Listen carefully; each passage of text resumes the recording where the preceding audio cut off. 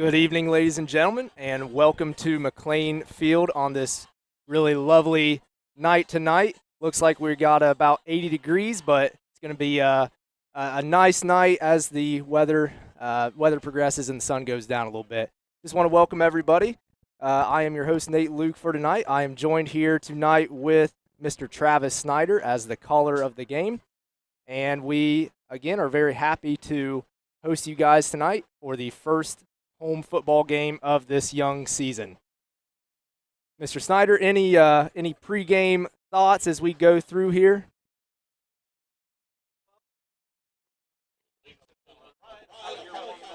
And McClain looking sharp, and McDermott Northwest has about an hour and a half ride up here.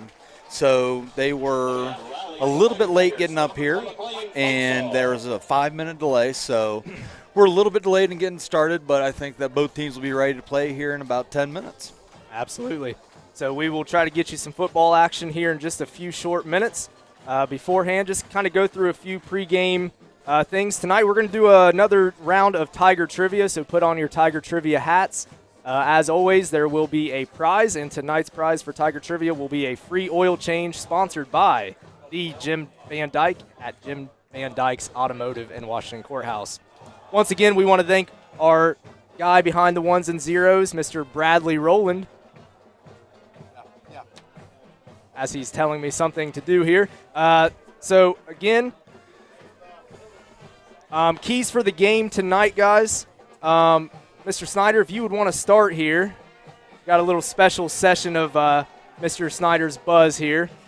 What are your keys to the game? So I think that the first one is we got to look at the three phases of the game. And in football, you have offense, defense, and special teams. If you watched the game last week, if you were able to make it over to Adina, the McLean Tigers were able to really control the ball both offensively and defensively. And the only time that Adina was able to punch something in was on special teams. So I know that Coach Penwell has really been focusing on how to make the special teams phase of the game a strong suit rather than a weakness this week. I think another key thing is on the offensive side of the ball. They've got to make sure that they, what I call, steady the ship. So do what you do best and keep doing it. So on offense, that for McLean right now, that means running the ball. They have two workhorses in the backfield, and Andrew Potts and Coach Penwell's son, Camden Potts, Caden Penwell. Oh my golly, Caden Penwell. So I would expect to see a lot of them running out of the backfield. Both had great games last week against Adina, and I think that's really what the McLean Tigers need to do. Yeah, and you mentioned great games at Adina last week. Caden Penwell, 105 yards on 15 carries, a 7-yard average there. Drake Stapleton was 4 for 9 for 89 yards. I believe all 4 of his completed passes were to junior Max Eichenberry, who had a very stellar game as well. And Andrew Potts, of course, ran a couple touchdowns in, had a very nice game as well. And the Tigers are going to look to really rely, again, like you said, on Potts and Penwell as well. And Mr. Snyder, if you wouldn't mind, maybe giving some other highlights of the game last week, especially on defense. Yes, last week defense was a strong suit. We had Caden Penwell with 8 tackles and 1 fumble recovery. Emerson Yates and Connor Frazier both had an interception return for a touchdown. A great start for the senior Emerson Yates, as well as the sophomore Connor Frazier. I actually have Connor in class, and I asked him what he thought when he had scored that touchdown. He said he really doesn't remember the moment of catching the ball and running in the end zone. I talked to Coach Ethan Hurt, and he said for the defensive linemen, they actually had to do ball carrying drills because of Mr. Frazier's ball security while he was running that back in the end zone. So we'll see what Mr. Frazier does this week as far as running that D-line. Absolutely. So, I believe you might have already mentioned it, but, special teams is going to be a big key to the game. Whoever wins that battle is going to go a long way into winning this match tonight. Moving on to some other pregame stuff here. We would like to once again just on behalf of the Board of Education and Administration here at Edward Lee McLean High School, we would like to welcome all the folks from Portsmouth Northwest, the Mohawks, here tonight, as well as our faithful fans of Greenfield. And looks like we will be beginning the national anthem, so we're going to tune out for a second, and we'll be back in a minute. Under the charge of Master Sergeant John Wilson, and members of tonight's flag detail include Cadet Second Lieutenant Haley Brewer, Cadet Second Lieutenant Macy Brewer, Cadet First Lieutenant Tristan Nichols, and the team is commanded this evening by Cadet Captain Madison Wheaton.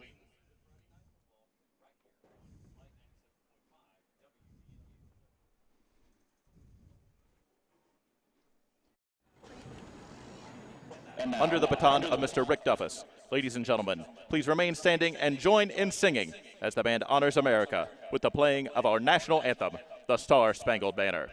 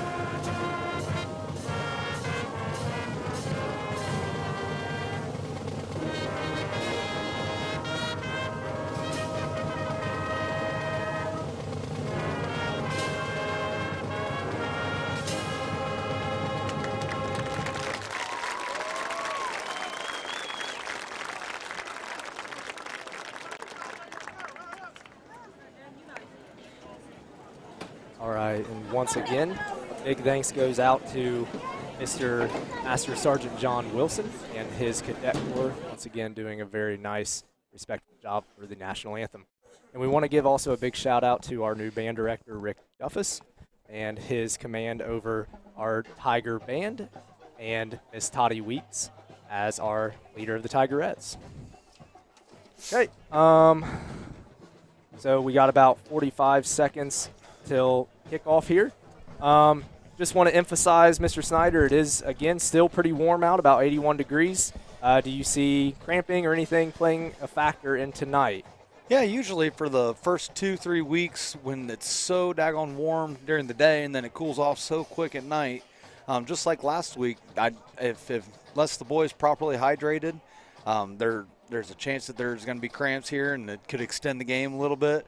And it's just the cramp monster. If it shows up, we'll see who it gets, and hopefully it doesn't affect too many players tonight. Absolutely, absolutely. So we have both teams about ready to make their entrance tonight.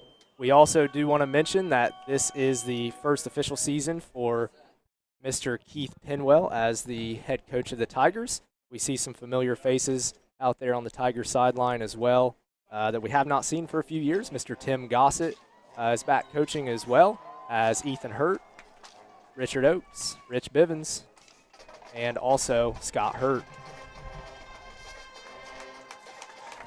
Here come the Tigers running down the field for the home opener. Tigers are here now.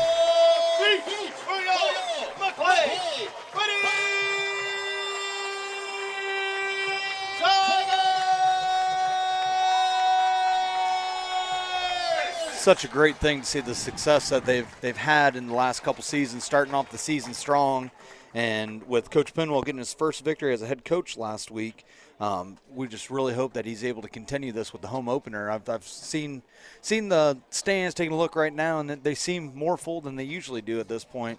Usually it's just great to see so many people out supporting the McLean Tigers. Absolutely, absolutely. So, the Tigers last year, they had a very successful first half of the season, and we expect nothing less this year as they go into FAC play a little bit later on this year. What do you expect from FAC play, Coach Snyder? Have you heard anything about some of our league opponents or anything like that? The thing about the FAC is that it's so daggone strong. Jackson's always going to be up there. Chillicothe, he's got a Division I SEC player commit. So there's hurdles everywhere. But for McLean Tigers, it's all about relying on the experience of their starters. Last year they had a whole bunch of sophomores playing a good majority of the snaps, and now those players are returning, and they're going to rely on that experience as they move into FAC play and into the depths of the season. Absolutely, and we'd be remiss to not mention our sponsors for tonight's game, starting with Burger King, Moss Barger and Smithson, Stewart's Pharmacy, Collins Septic, Southern Hills Community Bank, The Rusty Keg, McDonald's, Sims Family Golf Center, Commercial Cleaning Solutions, White's Meat and Deli, Fayette Eye Care, Easy Oil Change, Quality Design, VFW Post 4736, NCB, and we will announce some sponsors later on as well. So Northwest won the toss. They elected to receive. So we're going to see early the changes that Coach Penwell made to the special teams, as one kickoff was returned for a touchdown last week. Emerson Yates will be out there to kick it for the McLean Tigers. And here, when you kick it deep, if you have strong returners, you got to make sure that you get down in your lanes. So I wouldn't be surprised if Coach Penwell elects to squib it, which means that they're going to kick it about 20, 25 yards down the field, which is a lot easier to cover, not giving the return men the chance to see the lanes as they look up and everybody's coming down at them. And it looks like freshman Austin Smith, number 8, and junior Michael Bender, number 47 for Northwest, are back to return the kick. So here we go, Tiger Nation. First home game of the season. Emerson Yates to kick off.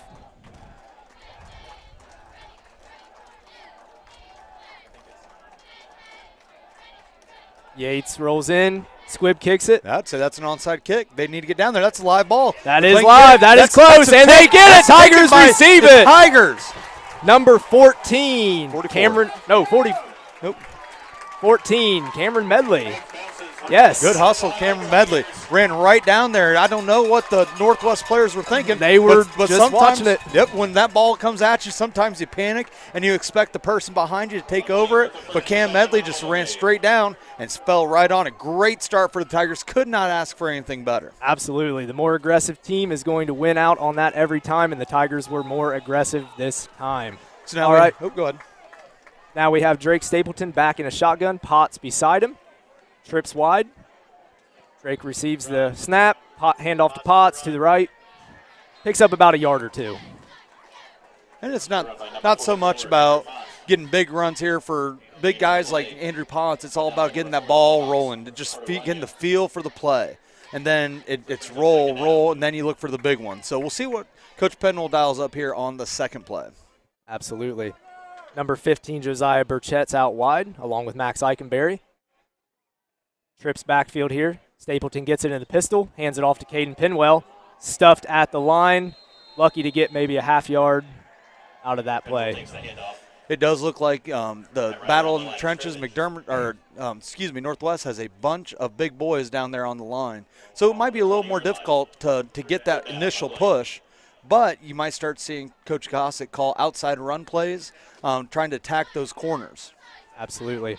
And it looks like Northwest is in a pretty traditional 4-3 down lineman. Yep, 4 linebacker set here. Drake gets it in the shotgun, alone in the backfield. Pass to Eichenberry. Eichenberry pulls it in. Touchdown. Great catch, Max Eichenberry. If you were able to catch that, Eichenberry went up, high pointed that ball. That's about all you can ask for from your receiver. Drake Stapleton took a quick 3-step drop, launched it up, and when you have athletes like Max Eichenberry, all you have to do is say, hey, go get it, and that's exactly what Max did right there. Absolutely. That was your champion in high jump in track, ladies and gentlemen, for the league. So Drake Stapleton knows where to put that ball, and it's high. So Max Eichenberry, great catch. Drake Stapleton, great throw, great protection by the line, and we'll see if Emerson Yates can put this one in for the extra point. He did go 4-4 last week at Adena. So he's high, riding that high horse right now. Hopefully he can keep the streak going. Absolutely. Eichenberry to hold. Received. Ooh, close, but Emerson Yates puts it in for the extra point. No pressure put on him. Your score, 7-0. Tigers up. 10:48 left to go in the first quarter. And Eichenberry did a great job recovering that snap that was back to him. Got it down just in time. Emerson Yates was able to power through. There's few kids that I've seen that have developed as an athlete and gotten as strong as Emerson Yates has. He basically can power that through with just his leg. Doesn't need any momentum of the steps beforehand. Absolutely.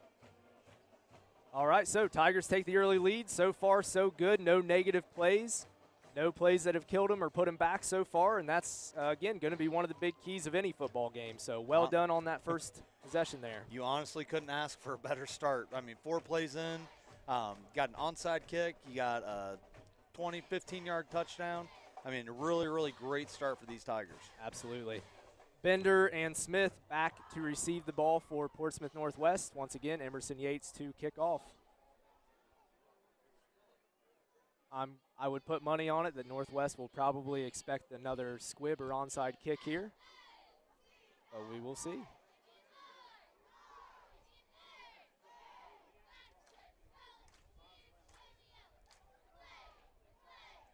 Yates to kick off. Looks like they're ready to go. Here he comes. Another squib here, off of Northwest. Ooh, once again, Northwest recovers the ball. Number 2, Brady Doss, freshman. And if Emerson Yates continues to kick those onside kicks, watch how he takes off. And when he hits high points of that ball, he does a great job where that ball is hitting nose end in, and it'll go short, tall, short, tall. Absolutely. Incredibly hard to catch if you're a receiver. I wouldn't want to be on the receiving end of it. So Portsmouth Northwest comes out on offense. I wish I could see their Northwest, I'm sorry. Should just say McDermott Northwest. Looks like Tanner Bolin, number 12, is quarterback. Hands off to the 25, Colton Campbell. Looks like a gain of... Tackled by Jaden Allison. Gain of 3, it looks like. So we're going to have 2nd and 7-ish. I think just looking at this might be a battle of the trenches. I know so far it has been. Northwest really likes to run. Greenfield really likes to run. So we'll see how it goes. All right, so Greenfield lining up in 4 down backers here, or 4 down linemen. 25, Mr. Campbell again, stuffed at the line by Cade Sponsel and Caden Pinwell.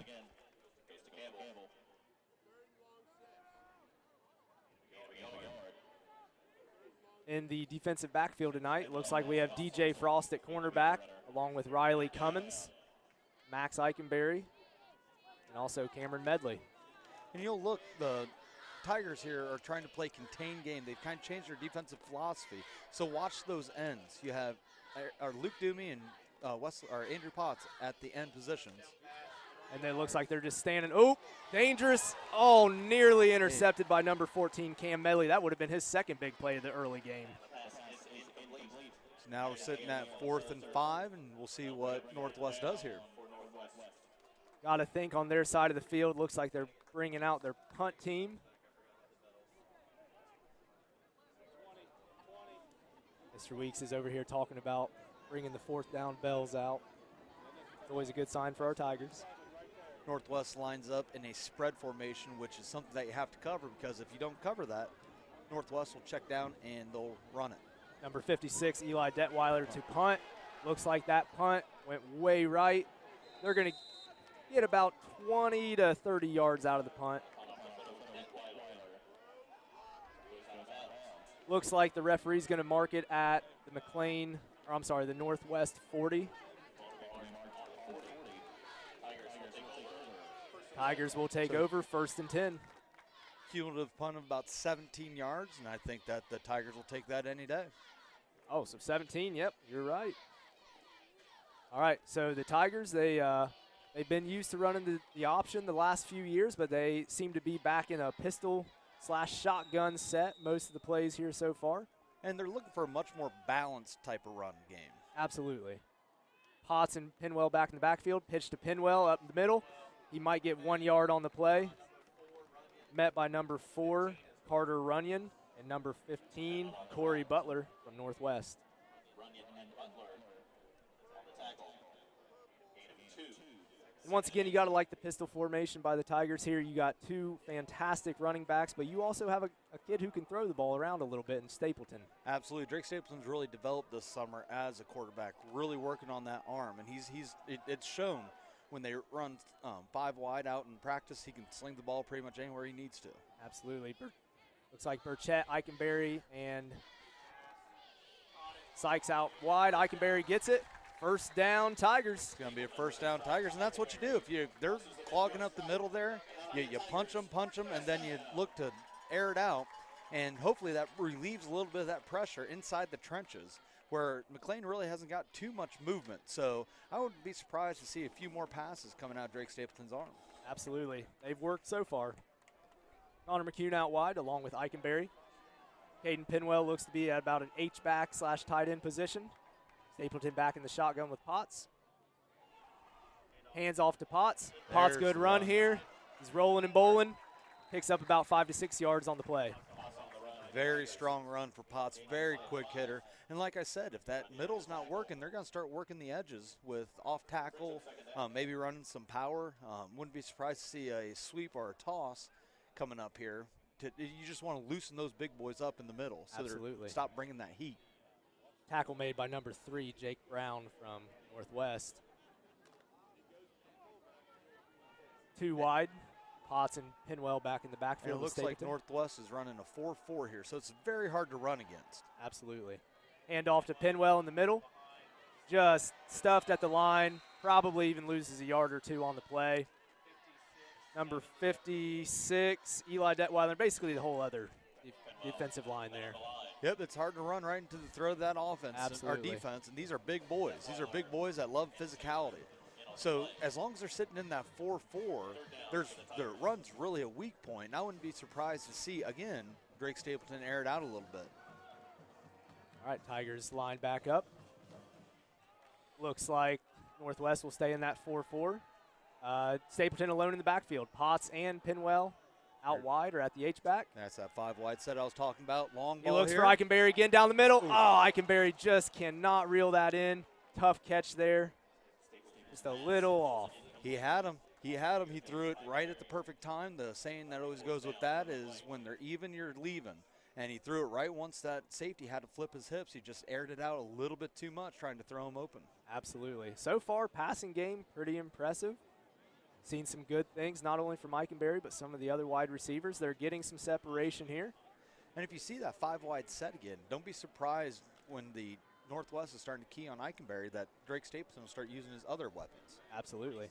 Potts back to punt. Looks like number 9, Shane Miller, is back to receive it, along with, I believe, number 47, and that is Bender again. Looks like it went off the side of Potts' foot, and we'll see where it goes to.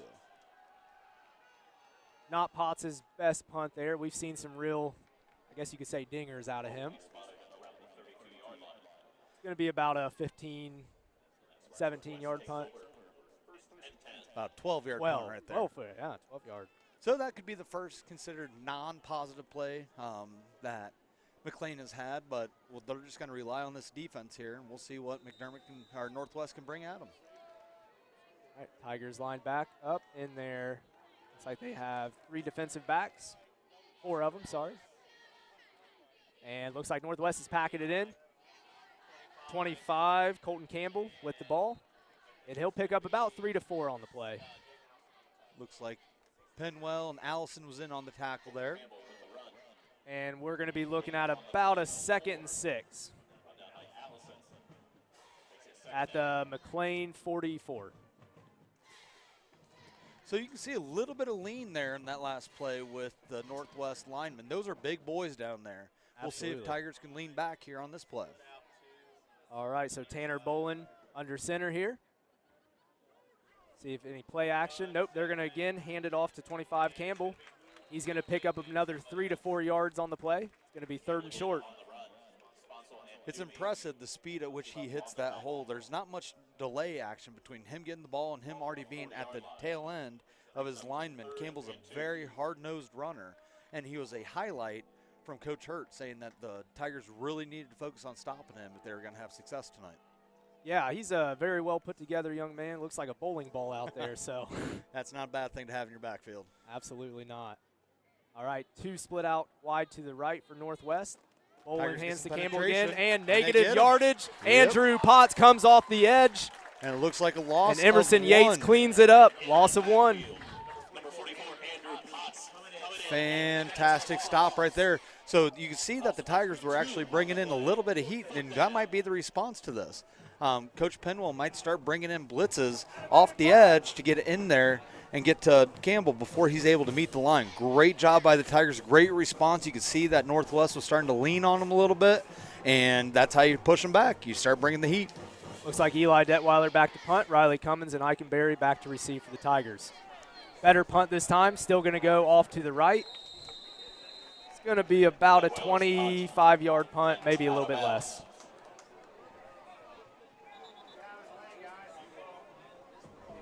Looks to be still walking it up. No more than 20. Looks to be on the McLean 37-yard line. So Tigers will take over, 1st and 10. Tigers take over once again, 1st and 10. Looks like they're getting water to the boys as it's still quite hot out, and that sun, Absolutely. It's amazing as the sun goes down, it hits a point where it just feels like it's cooking you. So they're trying to make sure to avoid those cramps as early as they possibly can. And it looks like coaches are out there talking to him. Coach Penwell's in the middle of them trying to get a little fired up. And we'll see what happens after that super successful first drive. The second drive kind of stalled out, and now we'll see what they have this third drive. I wouldn't be surprised to see them run a little, spread out that 4-4 a little bit more than they have been, and trying to look to get it outside of that 8 guys in the box. With the 4-4, you only have 1 high safety, which really, really opens you up to multiple receivers running downfield. So you got to make sure that as a defender, you got to make sure that you jam them at the line as much as possible to give your defense as much time to get to the quarterback. But if Northwest isn't able to do that, it's super easy to hit quick passes right out of this 4-4 if you spread them out. Absolutely. Yeah, you got to think 3 defensive backs, they're not going to play as aggressive as they would in a typical 4 defensive back system. Usually you run a cover 3 out of that. I mean, I can't think of a time where you wouldn't run a cover 3 where the deep defensive area is split into 3, a third for each player. Right. But that's really, really easy to overload if you have fast receivers like McClain does. All right, so it looks like Stapleton will take it in the backfield by himself. Potts and Penwell both out wide, along with Eichenberry, Sykes, and Connor McCune. There's that 5 wide that I was talking about. Absolutely. Stapleton back to pass, looks deep to Caden Penwell. He receives. And again, gets there he behind goes. the defense. Looks like number 4, Carter Runyon, makes the tackle on the play. Big, big pickup for the Tigers. It's almost like Coach Gossett's in this headset, because what he did there was he ran 2 receivers deep, right down the middle. And that safety picked up on Eichenberry, and it's an easy call. You're going to throw it right to the other guy. It's an easy, quick read, and now the Tigers are right back out there looking to punch it in here. Absolutely. Again, you're putting a lot of pressure on that lone safety out there when you're running those 2 wide receivers or tight ends right down the middle. There's exactly no winning. What the Tigers No do. winning. Absolutely not. Stapleton back again. Potts in the backfield. Fakes it to Potts. He runs it himself. It looked like a little bit of a broken play. Maybe a gain of 1 half yard, somewhere around there. I think that was a lot of the Tigers just trying to speed this game up a little bit. And, yes, I would agree that there was some confusion. Drake Stapleton, as a junior, cool, calm, collected, right back there. He knew exactly what to do. Just get the yard, make sure you take care of that ball. Absolutely. Connor McCune with running in the play. They're running those rabbits in there as quick as they can. They like this tempo. Yeah, I mean, you got to think tempo's in their favor with a little bit of experience like we have. So now you can see that they're starting to spread out that defensive front. So now that middle's going to be open. Pitch to Potts, cuts it back the There middle. we go. Booming and banging. Gets it down to about the 6-yard line. So that's going to be a 3rd and 1, maybe even 3rd and inches. And Mr. Snyder, I would just like to take this opportunity to thank you for all the work that you've done this past week. You've coached football for the middle school, You also have painted the field, and now you're here with me. So if you guys get a chance to thank Mr. Travis Snyder, if you see him out and about, thank this guy. He's put in a lot of work and effort for McLean Tiger football this week. All for the kids, my man. Absolutely. Okay, Stapleton under center, hands it to Potts. Right down the middle, and he's going to have that as a first down. Picks up 2 to 3 on the play. And they haven't moved it forward yet. Looks like they're spotting it. Now it's first and goal. First and goal. First and goal on the 4-yard line. And that's the thing with having a back like there with Ponce. I mean, that dude he's just pure 215, 220 pounds of pure muscle. Absolutely. I wouldn't get in front of him. Stapleton under center again. Potts in the backfield. Handoff, same play it looked like. And the offensive line pushes his way a little bit. I wouldn't be surprised to see the exact same play. It looks like they're lining them up right inside the 1. So, again, Coach Gossett might just turn around and say, turn around and run it. Why not? It's working so far. And we could also see a QB sneak with everybody queuing in on Andrew Potts. Drake Stapleton might pull it and try to look for the A, or instead of going to the A gap, might go in the B gap here. I would definitely go Hail Mary here. All right. I don't think that's smart. Drake Stapleton under center again. Same play to Potts, but we got flag a on flag. The play. That'll be probably a false start. The initial indication is for offside. Oh, offside. All right, yeah. So that'll be encroachment. Here comes the call. Dead ball penalty.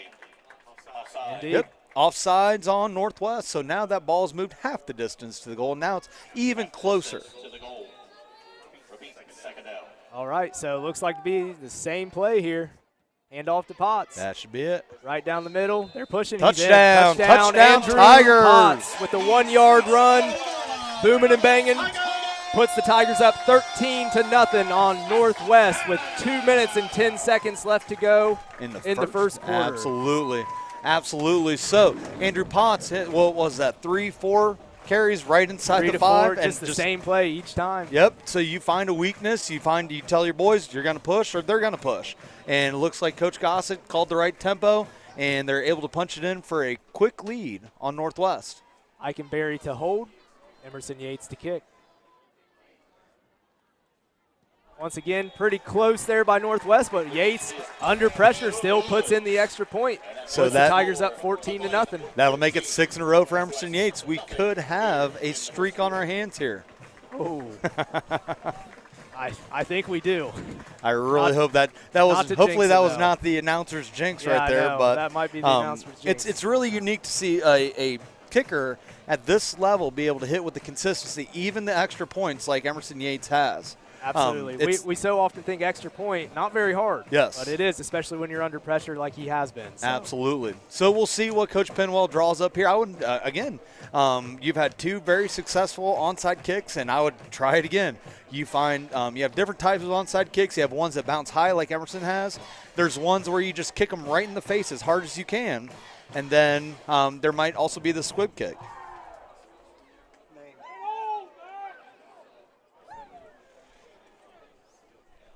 So the Tigers are coming out, lining up. Now, hopefully Northwest wasn't able to see this, but Coach Penwell called them back in, so there might be something hinky going on here. Looks like the ref is getting a timeout here, counting them up. So we'll see what the Coach Penwell has drawn up. The Northwest team has been out there standing, and I don't know if they caught what they were doing, but Emerson Yates has been very, very successful kicking tonight. They're lined up in 4 on one side, 6 on the other, so they'll probably be trying to kick it close to the press box here if they're going to try an onside kick. It's got to go 10 yards if they do. If not, we'll see a squib or a deeper kick. Emerson Yates is lined up, ready to go. Now he's moving forward, and it's another onside kick. It's a great bounce over the head, and they collect it. They can return it. That was recovered by number 10, Aiden Shepard for Northwest. Pick number 10, 5 to 6 yard return on the play. So that's 3 onside kicks, and if Coach Penwell hasn't made it obvious yet, I don't think we're going to be seeing too many deep kicks tonight, which is fine because it's high-risk situation, and it's one of the hardest plays to cover in football. So now Northwest is picking it up at the 41. We'll see how much of Colton Campbell they'll run with here. Bolin back at quarterback yet again. And he will go out of the shotgun with 3 wide receivers out wide and a tight end to the left. So they might be trying to do what we did to them and spread them out. There is a timeout Northwest. So what they possibly did there was to see how McLean will line up against a different formation. So if I were Northwest here, I would kind of take in how we lined up and then call play accordingly. But I wouldn't be surprised to continue seeing them run it up the middle like they have been. It's not like Campbell hasn't been running hard. He's been running extremely hard in that backfield. It's just the battle in the trenches has been epic so far here in the first quarter. We got a score of 14-0 with 2 minutes, 7 seconds left. Northwest has the ball on the McLean 41, or excuse me, Northwest 41. And at this time, while we have a second, we'd like to thank the rest of our sponsors tonight. NCB, Sitterly Insurance, Community Savings Bank, Jets Pro Embroidery, Fayette Carpet, McCarty & Associates, Jim Van Dyke's Automotive, Quality Paving, and Merchants National Bank. We really do appreciate all the support that our local community businesses are giving the McLean Tigers. It really gives them an opportunity to do interesting and great things like this live stream. They really feel that support. So once again in shotgun, Northwest drops back, looking to go deep, rolls outside the pocket. Rolls to the right. Ooh, near interception by sophomore Riley Cummins there. So one thing, talking to the players, I jokingly asked them, oh, it was caught.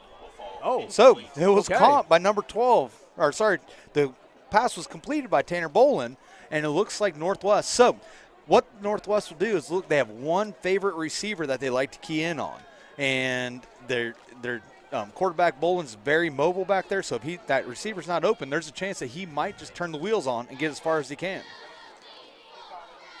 Looks like Campbell's back in the backfield. Hand off to the fullback. We'll have to get his number here in a second. Looks like number 15, Corey Butler, senior. Well put together young man. So they might have out-formationed us, moved us out of our comfortable defense. But, again, you always stick with what you have. Northwest is a run team, so you'll see them run, and maybe throw a pass in there here and there. Absolutely.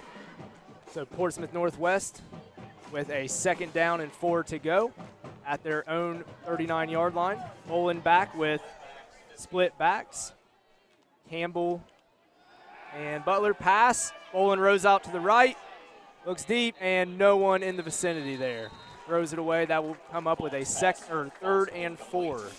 So it looks like they're running reads where they're going to try to find the empty spot in the zone. So McClain was in a cover 3 there, and they did a great job covering the flats. So then he worked his way down the passing route to the deeper players. So he rolled left, looked for number 1, Connor Lentz, and he wasn't open, so he rolled to the outside, and he found a player sitting there, but he wasn't able to set his feet and throw it. All right, so Northwest, again, 3rd and 4 to go. Looks like Bolin will line up in the pistol with Campbell and Butler in the backfield with him. Campbell in motion along with Butler, split backs. Bolin looks to the left, rolls out. Looks like a design run there. Tackled short of the line. And it's going to be close. It's going to bring up 4th and 1. You see what Northwest does here. You got to think they're going to go for it since they're on their side of the field. Absolutely would. With 35 seconds left, I also wouldn't be surprised if Northwest takes us into the quarter. Absolutely. And just want to take a moment to apologize. We named this stream McLean Commencement 2022. It's the first time we've streamed since graduation. So if you saw that, we are sorry for the confusion. Now Northwest is in the eye. They're looking to gain 1 yard. Drops fumble. There's a fumble. Ball's on the ground. And a huge pile up. Looks like Northwest is going to recover it, though. At least they're pointing that way. And that will make it a 1st down for Northwest. What could have been a And Coach Penwell's going out. Coach Penwell looks like he's going out to argue a little bit of something. We'll see what the argument's about here in a second, maybe. And both teams are going to go back to their benches for just a second. So, that'll Mr. be Snyder, the quarter. That will be the quarter. First quarter is over. Your score, McLean Tigers 14, Northwest Mohawks 0. Mr. Snyder, what are your first quarter thoughts here? You couldn't ask for a better start for the McLean Tigers. I mean, from the opening kickoff with the onside recovery to the defensive stands that they've had to the sustained drive, they're just doing a great job playing their game, staying in their lanes, and steadying that ship that I've talked about. Now, as far as defensive aggressiveness, we didn't really get to that one, but they're starting to call up the blitz, trying to get back there in the backfield and upset Northwest before they can really get their momentum going. Now, with this sustained drive, we're going to see what McLean is made of, but in short, there really is not a better first quarter scenario that you could ask for. All right, and as always, the teams will reverse field after the end of the previous quarter. And the Northwest Mohawks will go towards the north side of the field. Bolin will be back in the shotgun with Butler beside him. Campbell split out wide this time to the left. And we got some whistles. Timeout McClain. They did not like what they saw, so it's always smart. You can't take those timeouts home, so you might as well use them. It looks like Luke Doomey might have forgot his position and was on the sideline. That's a great call by Coach Pinwell. Might as well correct it when you see it instead of having to pay the consequences. If your position that's missing ends up paying or costing the team big time. Absolutely, and sometimes we forget. Kids are still in high school. They're still learning the game, and sometimes in the heat of the moment, things like that happen. So that's why we got good coaches like Coach Pinwell.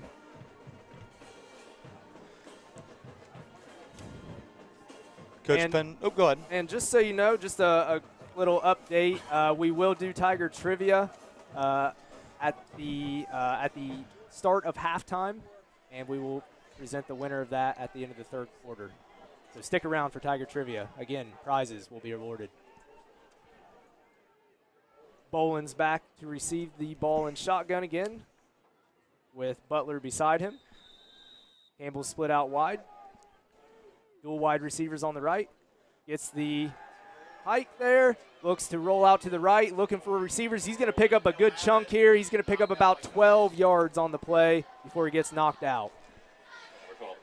And you can see that they like to roll that quarter, roll the pockets, because that makes that DB decide whether he's going to stay in coverage or come up and protect or get the quarterback. So you might see Northwest run that a little bit more here heading into the second quarter, because that was probably their most successful, consistent play out of the first quarter, rolling that pocket and seeing what McLean does, what decisions they make. Absolutely. And you're seeing Northwest go a little bit more out of the shotgun now. They've had a little bit of success. Bowling back to pass yet again. Looks middle. And that's going to be intercepted by Max Eichenberry. All right, so Eichenberry intercepts it. It is going to be, it looks like, within their own 5-yard line. Looks like the ball's going to be spotted on the 1. So we'll see what Coach Gossett draws up here. Now, that's one of those, I mean, you always take the gifts that are thrown to you, because even if you let that go, Northwest will still have the ball. So a great play there by Eichenberry. Now, that's 2 great big plays by Eichenberry here in the first half. Absolutely. I'm going to go ahead and call it Hail Mary here. Can't call the Hail Marys all the time. Looks like handoff to Potts. That's probably a better idea than Hail Mary. Helmet comes off of Northwest player. The ball is still moving. Potts is just trucking along. And it looks like McLean, on offense at least, they're starting to roll. They're starting to get that push. Low man will always win, but then you always need that second push to make sure you get as many yards as possible. Now, I will shout out strength and conditioning coach Darrell Upp. He has got these gentlemen looking like warriors out there. He's done a great job with them this offseason and here early on in the season. His workouts are legendary for sure. Stapleton back in the pistol with Pinwell behind him. Handoff to Pinwell up the middle. Shuffles a little bit. Picks up a few yards on the play. That is looking like a first down for the Tigers. Near the line again. Almost a first down. We've got about 1 to 2 yards left. From our angle, it looked pretty good. So it looks like third and one. Short. Yep, third and short. Third and 1. Got to think this will be a handoff to Potts here. And it is. He moves the pile, and that is another hat on the ground. He's And still moving the going. pile. That's great. Great second surge. It's those huge, strong legs that Andrew Potts prides himself on. I mean, there's no one stronger on the lower half of their body than Andrew Potts. Absolutely. I won't argue with that one. All right, so Tigers pick up the first down. And that's huge because now they're out of the shadow of their end zone. They've actually got it out to the 15-yard line. So now Drake Stapleton has a little bit of room to move if he wants to take a 3 to 5 yard drop and throw the ball. So now the playbook has opened up a little bit here. Absolutely. You have Eichenberry and Burchett out wide. Pinwell and Potts in the backfield along with Stapleton. High snap, and that's going to be a loss of it. Looks about 3 to 4 on the play. Looks to be. We got a flag here. We got a flag. And that's something that plagued the Tigers last week, even though they're able to come out of it. But it looks like there's a little bit of extracurricular activity there between our senior, Michael Stevenson, and a Northwest player. We got a personal foul, face mask on McClain, so that'll be 15 yards. But since it depends on where it was, it might just be half the distance. Actually, should be half the distance. Should be, yep. So it'll probably go back to about the 7-yard line. It's always hard. You get in the football mode. You get in the. I mean, it's as close to combat as we have here for these high schoolers, and you get the adrenaline running and everything. And it sometimes you just don't hear that whistle. Sometimes you just get a little carried away, and that might be what happened right there for Captain Michael Stevenson. Absolutely. And the refs are doing a little official timeout here. Official's going to go to the back, get in position here. Eichenberry and looks to be McCune out wide. Pinwell and Potts in the backfield. Stapleton gets it, pitches it to Caden Pinwell to the right. He's looking for a hole to hit and just not pulled down. Pulled down by the jersey by number 56, Eli Detweiler. So tosses like that are stretch plays, and he was doing, and like you said, he was looking for that alley to run down where he could plant and go, but it didn't look like anything opened up for him. Northwest did a great job flowing to the ball there. Even though he had lead blockers out there, he wasn't able to find that alley and get positive yards. Absolutely. So it looks like it will be 2nd down and 10, all on second and 17. 2nd and 17. Oh, yes, sorry. Forgot about that penalty. That's all right. First game of the year. Give me a break. Okay, Stapleton back in the shotgun again. Looks left to Eichenberry. He's going to chuck it. Eichenberry, intercepted by Northwest. Looks like number 1, Connor Lentz, and he's going to take it back for the score. Gives the Tigers a little bit of their own medicine there on the return. That's going to be a touchdown for Northwest. That will make the score 14-6 with 9:08 left to go in the second quarter. Just like in any other sporting event, bad things are going to happen. Now you got to see what McLean's going to do in response to that. And I don't like blaming one person, but when you get personal fouls like that, it absolutely kills the drive. They had positive momentum. They got out of the shadow of their end zone, and it was just that extracurricular at the end there that got that penalty, which slowed down the momentum of that entire drive. All right, so it looks to be number 10, Aiden Shepard, back to kick the extra point for Northwest. Receives the snap. Kick is a little bit low, but it is good. That will make the score 14-7. McLean still up. There's the first bit of adversity that McLean's seen tonight. So we'll see how they respond coming out of this. Yeah, it's been pretty smooth sailing up to this point, but touche. We will see how McLean responds. So with 9:08 left, we have a score of McLean 14, Northwest 7. That was a tough pass by Drake Stapleton. It looks like he aired it out a little, or got a little bit too much air under it, where the ball ended up falling short, because Max Eichenberry definitely had the even. He's leaving. He was throwing him open, but the ball just came up a little bit short. Max Eichenberry tried to go back to it, and as long as both players are making a play on the ball, it's fair game. So even though some people might have wanted a pass interference there, it was a fair play. They were trying to make a play on the ball, and it ended up in Northwest's hands. Absolutely. It's all in the eyes. If you're looking back for that ball, you have a right to it as well. And then it didn't take much of a decision for whoever intercepted it to keep going and take it in for 6. All right, number 15, Corey Butler back to kick for Northwest. Cummins and Eikenberry back to receive. Squib kick. Ooh. So that's going to go out of bounds. McLean will take over after they take the penalty. The ball's got to stay in bounds. It's not like a punt where it can go out of bounds and it's spotted where it went out of bounds. You got to keep the kickoffs inside the playing field. Absolutely. So McLean will take over on the 40-yard line. The Northwest 40-yard line, excuse me.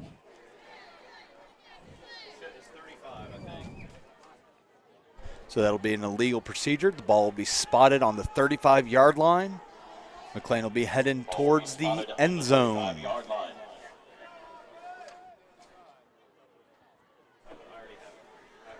All right, so it looks like Connor McCune, Eikenberry, and Caden Pinwell are out wide for the Tigers. Stapleton and Potts in the backfield. And number 5, Owen Sykes at tight end. Again, Northwest looking like they are lining up in a 4-4 set here. Stapleton will receive the ball, hands it off to Potts in the middle. Good run down the middle. Ooh, big hit on the ref. Wow. Man. And that's one of those things, Mr. Snyder, we said it ourselves, you do not want to be in the way of Potts as he's coming downhill. And that is too bad. There's no protection for the refs. Absolutely. There's times where there's no way to get out of there. These are grown men here. They're about as big as they'll get, and when you get caught up in there, there's nowhere to go. And the worst case scenario is to have Andrew Potts coming right at you. Absolutely. It also looks like Michael Stevenson is down outside the huddle. We'll kind of keep an eye and see what's going on there. And while we're waiting on this, we do want to give a shout out to our officials tonight. Referee Lee Hubbard, umpire Scott Borden, line judge James Staten, back judge James Brown, and head linesman Ralph Merritt. James Brown. Yes, sir. So it looks like the ref was able to walk that off. Michael Stevenson is also able to walk it off as he walks to the sideline. This is a game of toughness, and we just saw it from two ends there. All right. So the Tigers will take over first down around their own around the Northwest 49-yard line. Great run by Potts there to get the momentum going here. Run of 14 yards, and we'll see what we do.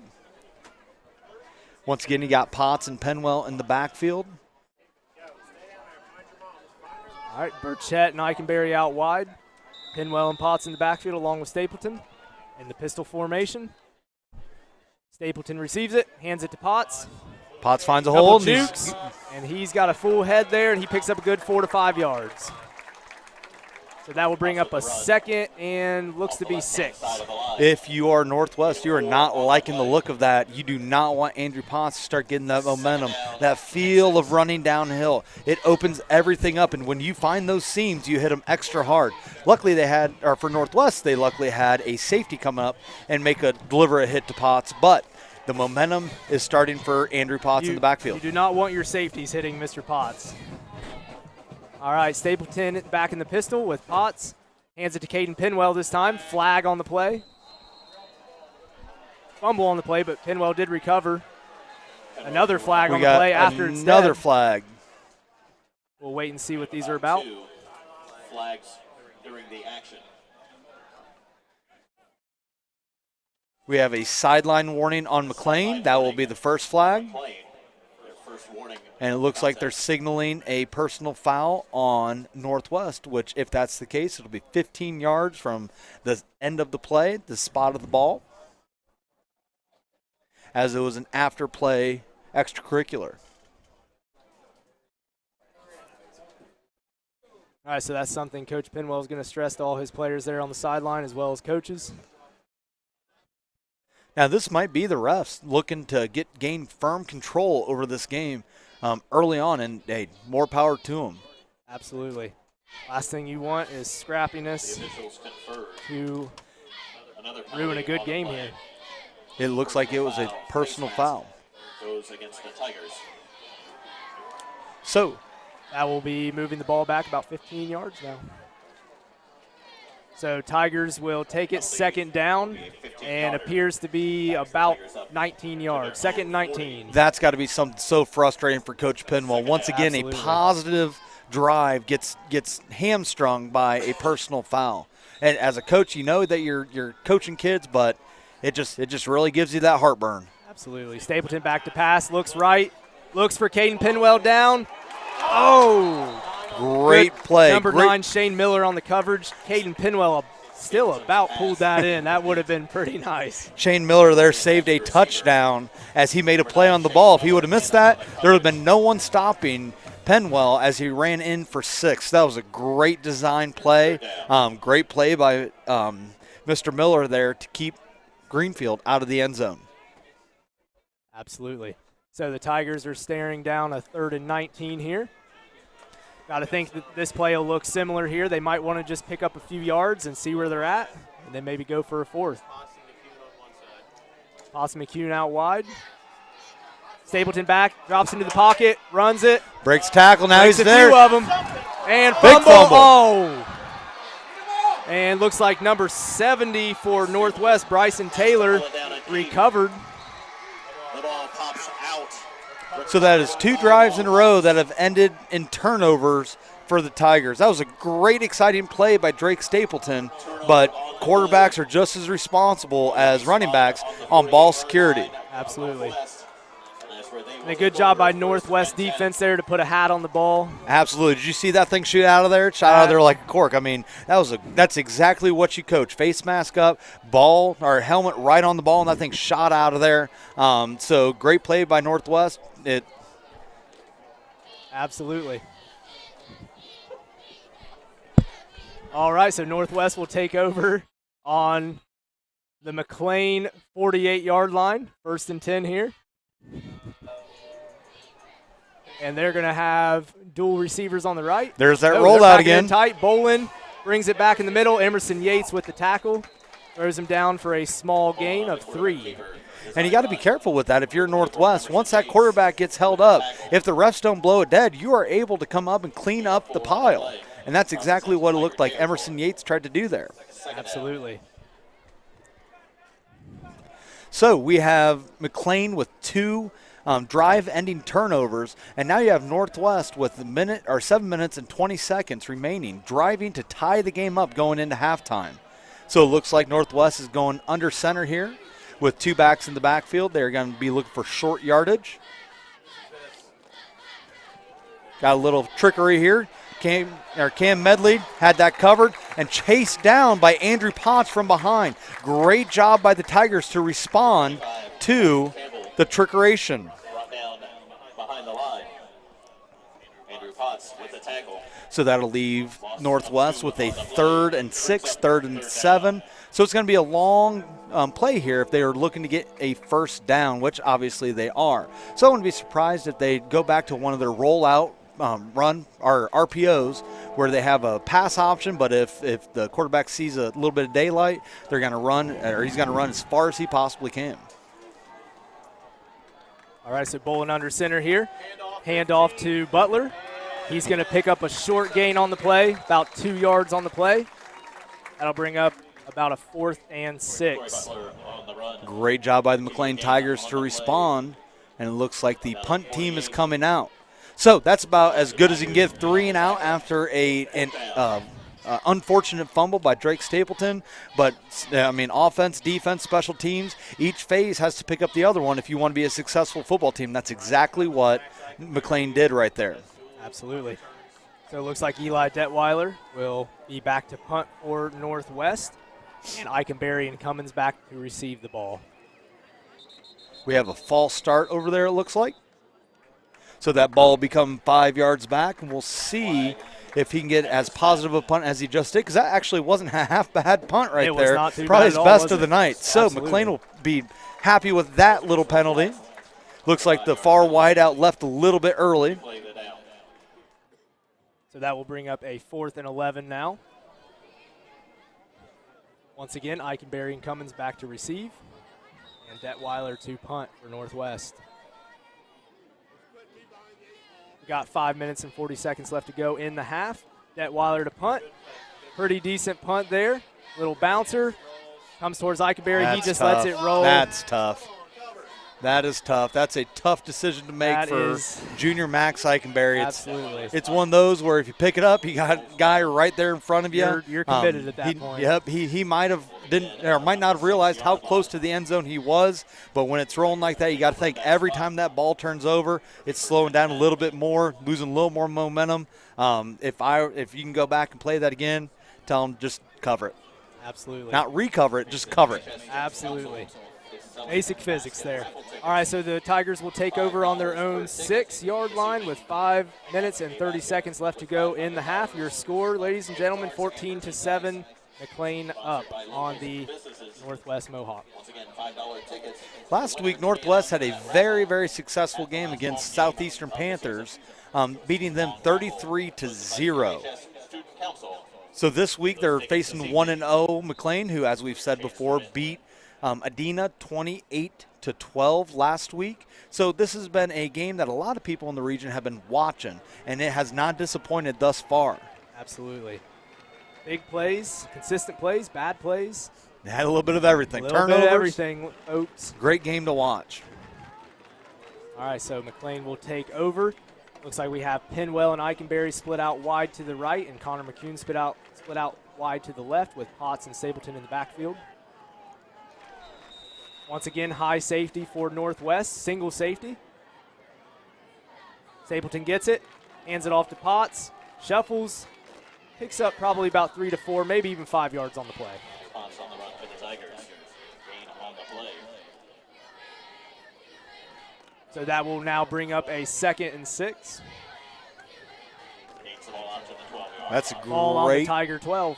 great first play for the Tigers. Really opens up the playbook on what you can do on second down here.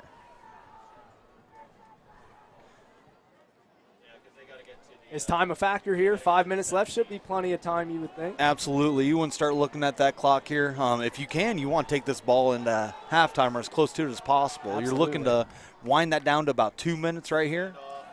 Hand off to Potts. Shuffles again. Great running by Potts there. Picks up a good solid 10 yards roughly.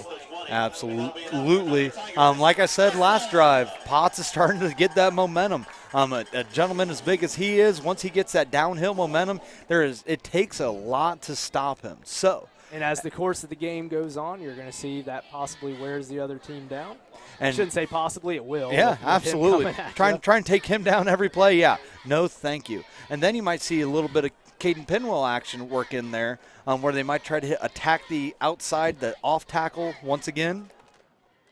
So Penwell and Eikenberry split out wide. McCune to the left. Stapleton gets it. It Flag looks on like- the play and false start, it looks like. So that will bring the ball back 5 yards. 1st and 15 on the Northwest 17. And the thing is, in the first quarter, the penalty bug wasn't hitting us, but boy, oh boy, has it reared its ugly head here in the second quarter. It's really stifled us multiple drives here. I do believe that is offensive penalty number 3 on 3 separate drives, and that it's a drive killer. You got to take care of what you can take care of. All right, so it looks like Sykes and Penwell out wide to the right. Chet wide to the left. Stapleton, Potts in backfield. Hand off to Potts. He's going to take it to the left. Great running. Bounces off a couple guys.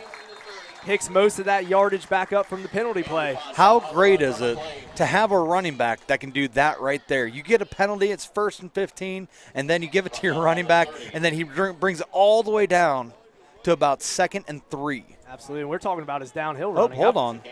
Oh. There is a On the flag. play. Looks like they might bring it back, possibly. Hold. And that will be a hold on McLean, it looks like. Yes, it is. And there's that bug again.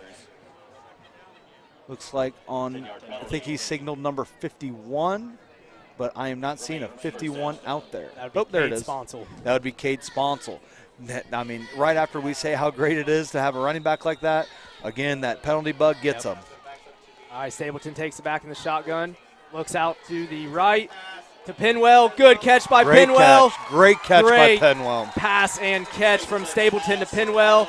They pick up about 20 on the play. And that will bring up first down. Despite the interception, Drake Stapleton is doing a great job of reading this defense and throwing the ball at exactly the right time. It's exactly what you want from your quarterback, your junior quarterback coming out after the last drive ended with a fumble. Show you believe in him. And he's doing a great job of looking off that single high safety. He did a good job of looking to the left and then quickly shuffling those feet and getting set back to the right. You can tell he's been working really hard to perfect that this summer. Absolutely. Stapleton back again in the shotgun. Trips to the left, handoff to Potts to the right. Once again, another pretty darn good run by Potts. He's still not going down, and it looks to be a gain of about 6 on the play. Looked like power there, giving that to Potts, letting that pulling guard open up the hole as much as possible. And Coach Gossett has run that probably 4 or 5 times this drive, and it seems like he might have found something. If a defensive lineman comes in the backfield too deep, it's an easy hit for that pulling guard, Cade Sponsel. And that is another very strong young man. Indeed, indeed. So we're talking about Potts' downhill running, but his lateral movement has improved significantly from last year. You can tell he's lighter, he's quicker as well, but he's still got that strength about him. He sure does. All right, Stapleton back in the shotgun again. Looks like Luke Doomey is the lone back in the backfield. Stapleton back to pass, looking left, looks at Owen Sykes, and just can't reel it in. Drop on the play. And that will bring up third down and 3 to go. And that, again, Drake Stapleton found the open receiver. Now the next thing that he's got to do is just bring those balls down a little bit. He has been throwing them a little bit high tonight, but if he can bring those down, that's Owen Sykes. You know who else threw balls high at the beginning of the year? Who did? C.J. Stroud last year. So there you go. Think on that one. There you go. So we might have a C.J. Stroud situation on our hands. You heard it here first, folks. That was Nate Luke with the call of C.J. Stroud being a future, or Drake Stapleton being future C.J. Stroud. I might eat those words, but I don't think so. I got faith. Here we go. Stapleton back in the shotgun again. Luke Doomey in the backfield.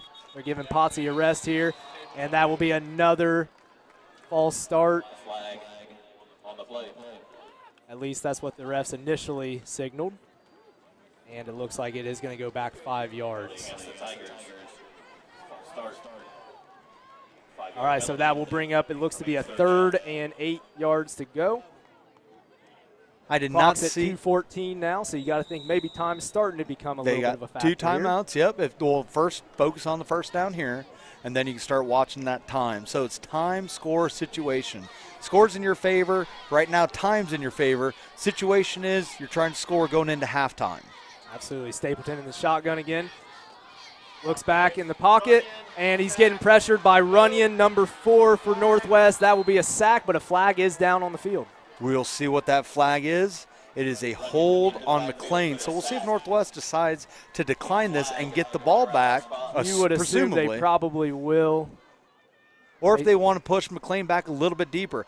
And that'd be a risky call with the receivers like Owen Sykes and Max Eichenberry back there. Absolutely, yeah. I think we've seen enough big plays out of McLean that I think Northwest will probably shy away from that. It looks like they declined it, so we'll see the McLean punt team. Once again, Mr. Luke, penalties killed this drive.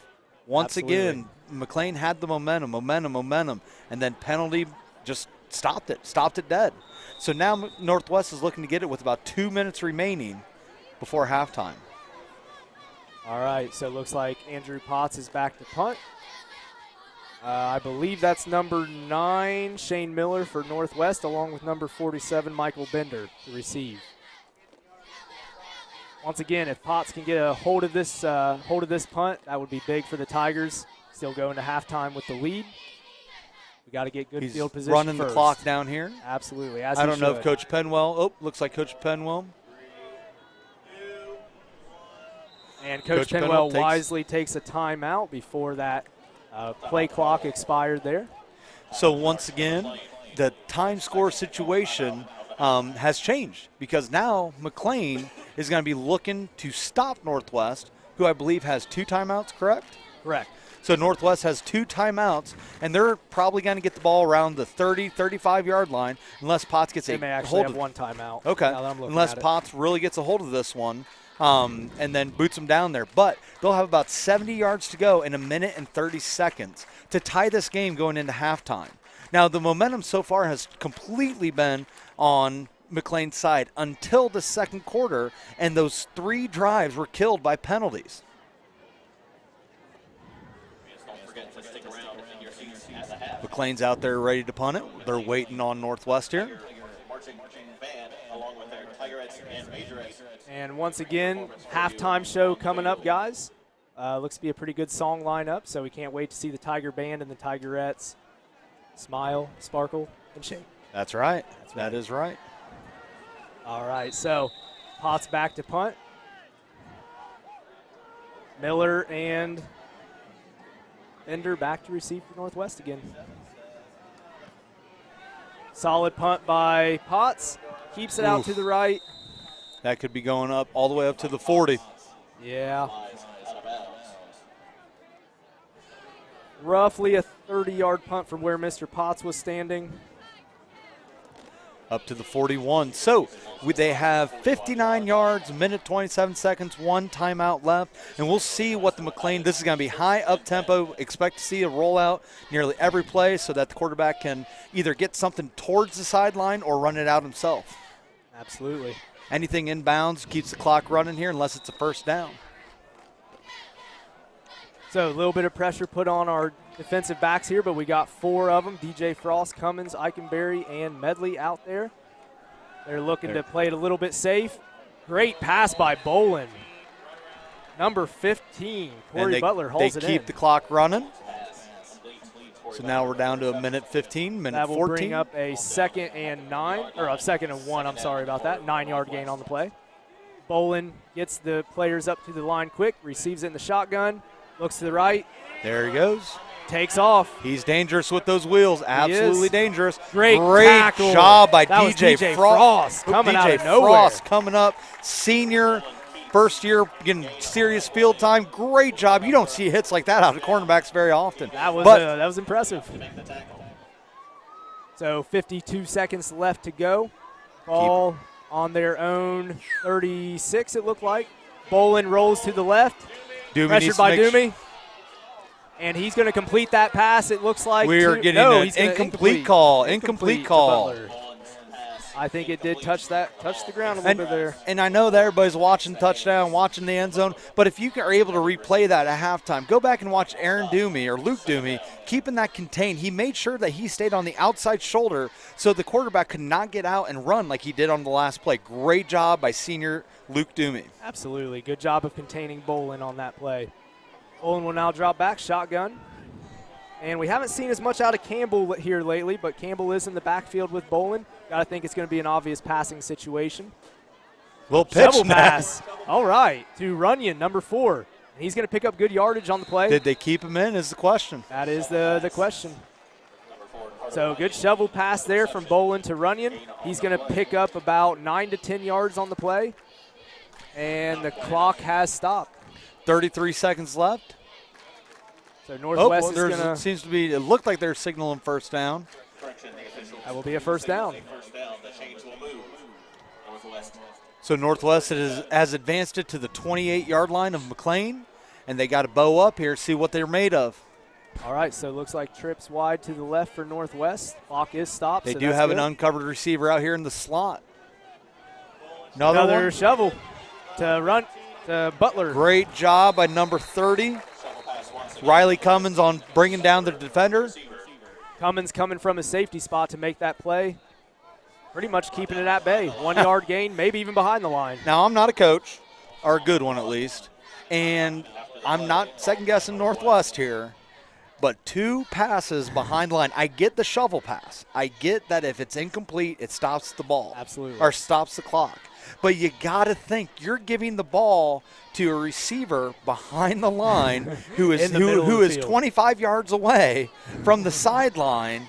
It just doesn't make sense. They had success rolling out, rolling the pocket. The quarterback picked up about 25 yards to get him down here, and yet they run 2 back-to-back shovel passes with minimal success, shall we say. One did get a first down, but that last one, they had to burn up their last time out. So now they have to get out of bounds every single play if they hope to score. Absolutely. They just take my advice of Hail Mary. They Again, we can't call Hail Mary every time. But it is getting closer to that time, though. So with Absolutely. 27 seconds left, McLean is doing a great job of milking that clock. All right, so it looks like Mr. Bolin will line back up in the shotgun with Campbell in the backfield with him. Trips out right. He receives it. Quick pass to the right again. Pop pass. Again, short pass. Keep him He's in looking to get out of bounds. Uh-oh. Oh, and he's zooming. And I think he's going to get in. And they are going to call a touchdown. That is a touchdown. Wow. So that will make your score 14-13 with 15 seconds left to go in the half. And that momentum swing is huge right there. That Yes, it momentum is. completely swings to Northwest. And that McLean had him wrapped up. I thought it was a scored it broken out there. play. Yep. I thought they were going to tackle him in bounds, but great play. Was that Connor Lentz who scored that? I believe it was number 1. Great Connor play by Lentz. Connor Lentz. Great job, young man. You kept going. You put the team on your back, and you carried them in. That was a great. He got the wheels going there. Absolutely, that was something. So it looks like Aiden Shepard back to kick the extra point, and Connor Lentz for Northwest had the pick 6 and that. So, and it looks like Shepard will put that in, that extra point. That will make the games tied, 14-14. 15 seconds left to go in the half.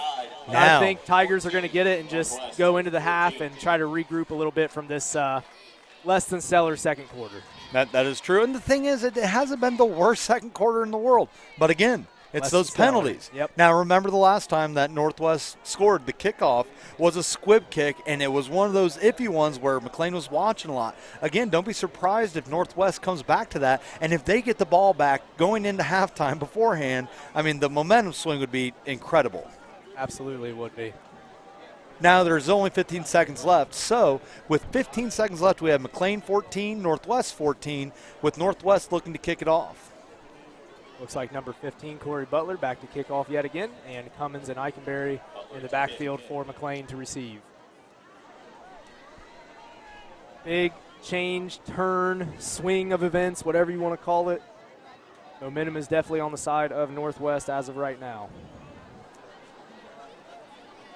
And the refs are going to take their time here. Once again, halftime show coming up. You might see a little bit of the McLean band in the bottom of the screen here coming up. Tigerettes lining up for their renditions. And we will also have Tiger trivia as well. All right, Butler kicks. Solid kick to Medley. He picks it up. He's going to return it. He's going to give it a go. All security is important. He goes down at the Northwest 37. 10 seconds left to go in the half. So, Mr. Snyder, what do you look for, coming out of halftime for McLean? How do we get the momentum back in our favor? Well, goes back to the pregame. Steady the ship. And in the first quarter, when all that success was happening, there were 0 penalties. Coming out of the half, they've got to correct the penalties if they want to see success. Absolutely. And they're going to go to a victory formation here. Stapleton takes a knee, and that will end the first half of this game. Again, your score at halftime, McLean Tigers 14, the Northwest Mohawks 14. Well, at least it hasn't been a boring game. It's been back and forth, back and forth. You can almost tale of 2 quarters here for McLean. The first quarter, obviously in McLean's favor. The second one would go to Northwest. But the thing is, it's McLean that has been their own worst enemy so far. Absolutely. And we mentioned the Tiger Band and the Tigerettes coming up. We will have Tiger Trivia coming up. Let's go ahead and get to that maybe towards the end of halftime. Tiger Band lined up pretty quick. They're on it tonight. So we will come back at you guys here in just a few minutes. Stick around, and let's have some more fun. Tuning out.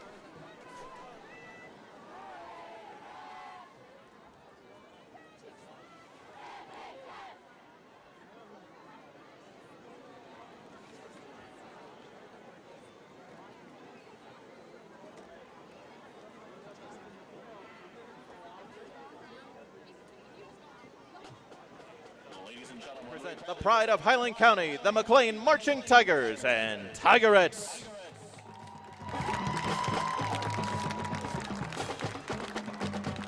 band is under the direction of Mr. Rick Duffus, assisted by Skylar Magg and David Weeks. The Tigerettes are advised by Toddy Weeks, and our majorette advisor is Fiona Gilbert. The majorette captain is Skylar Mazo. Our Tigerette captain is Rochelle Priest, with co-captains Abby Mustard and Vivian Dennis. The assistant field commander is Emily Howard, and our 2022 field commander is Ava Calhoun. Turn on Spotify and you're sure to hear from these artists. We kick things off with a trip across the pond to listen to the smooth sound of Harry Styles. From his second studio album, Fine Line, here is Adore You.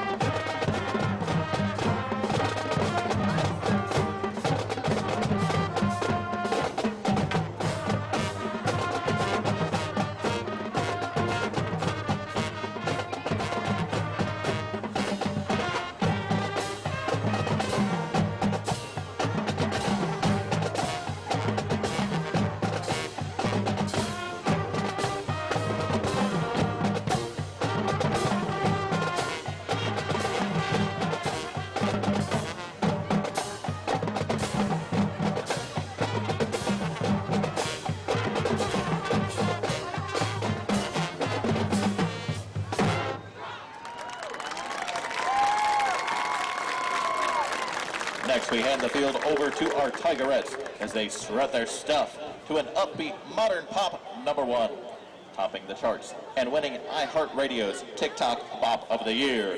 Here is Olivia Rodrigo's Good For You.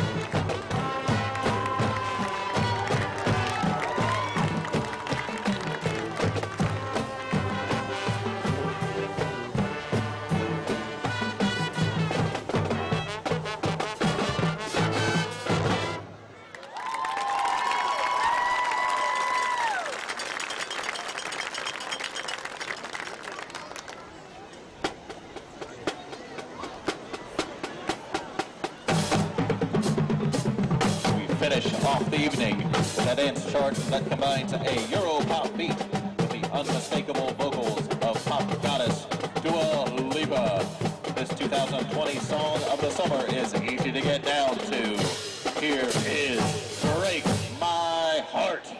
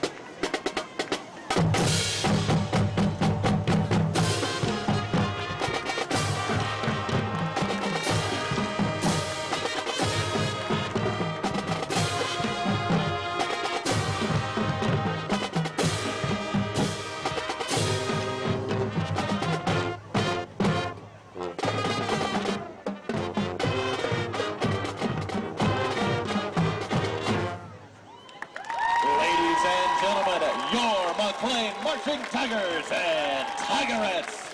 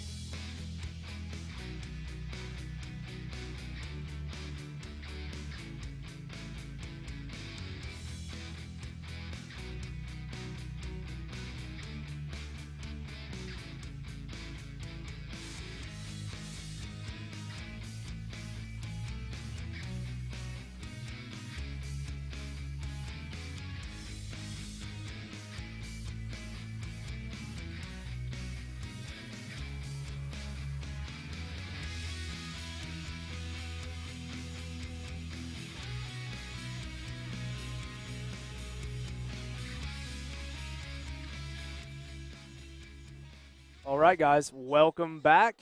Great job by the Tiger Band and the Tigerettes as well. Like always, they have not missed a beat since we saw them last year, so well done, guys. As we're going through, we got Tiger Trivia coming up here in just a couple minutes. Go through some highlights from this week, though, some other sports besides football. Starting with boys soccer. You'll see some of the schedules kind of come up on the screen here, so don't be afraid to go out there and support the other sports as well. They work extremely hard in their own rights. So starting with boys soccer, they had a game this week. They lost to a very talented Alexander team 1-8 on Tuesday night. They stand at 0-1-1 on the season thus far, and will hit the pitch again tomorrow as they play host to Logan Elm at 1 p.m. Here at McLean Field. For girls soccer, on August 15th, the McLean ladies soccer team won their away non-conference game against Piketon by a score of 3-1. They have yet to be in game action but will get back on the pitch on Saturday as they will take on the Braves of Logan Elm at home again. For volleyball, the Lady Tiger volleyball team traveled to Hillsboro on Saturday to compete in the Spike and Dig event. Always a fun event to watch. All matches were best of 3. The varsity ladies won over White Oak in 2 sets, 25-21 and 25-22. Then in the finals, the varsity ladies fell to Hillsboro in 3 sets, 25-23, 28-30, 23-25. And my co-host, Mr. Snyder, is I might say, a connoisseur of volleyball. Yeah, I got an 8th grader who's doing great. Their 8th grade volleyball team, just in case anyone was wondering, I'm going to update you on the 8th grade McLean girls volleyball team. They are a solid 2-0 with wins over White Oak and Huntington. So I'm very proud of my child. She's here, so I know it's safe to say that because she's not listening. Absolutely. There you go, the connoisseur himself, Mr. Snyder. Our JV ladies also took on White Oak and took the win. Their finals opponent was also Hillsboro, and the JV Lady Tigers took the win in that finals contest in volleyball. For boys golf, the boys golf team were in action earlier in the week for a FAC match, finishing 5th overall. They were also on the course at Buckeye Hills in a non-league contest on Wednesday with West Union and Eastern Brown. The Tigers came out in 3rd, shooting a 196 overall. Individual scoring for the Tigers were Robbie Wise, 39, David Edwards, 36, Leland Ury, 56, Jeremy Webb, 65, and Paul Royce, a 71. For girls golf, we have a new girls golf coach this year in Derek Lyons, as well as a new boys coach in Jason Evans. We want to congratulate them on that. But going back to girls, they had their second FAC match, and it took place at Chillicothe, and the Lady Tigers took 3rd on Tuesday evening. Scoring that evening were Kaylin Sterling, 53, Abby Lovett, 60, Jacqueline Bollinger, 69, Callie Posey, 75, and Kate Barrett with a 77. Miami Trace and Washington Courthouse hosted FAC Girls Golf Match number 3 on Wednesday on the 24th at the Washington Courthouse Greens course, one of my favorites. McLean finished 4th out of 6 on the night, shooting .239 for the evening, and now stand at 7-8 in FAC play. For cross country, boys and girls, they will have their first cross country meet of the year tomorrow, actually, with the McLean opener. That will begin, I believe, at 9:30 tomorrow morning over at Mitchell's Park. So come support your cross country runners. I know they work extremely hard all summer to get in the best shape possible. Okay, and it looks like I think we're about there, right, Brad? I think we're about there to some Tiger Trivia time. So just a quick rehash here on Tiger Trivia. We're going to ask you guys a question, and if you want to answer it, leave your answer in the comments.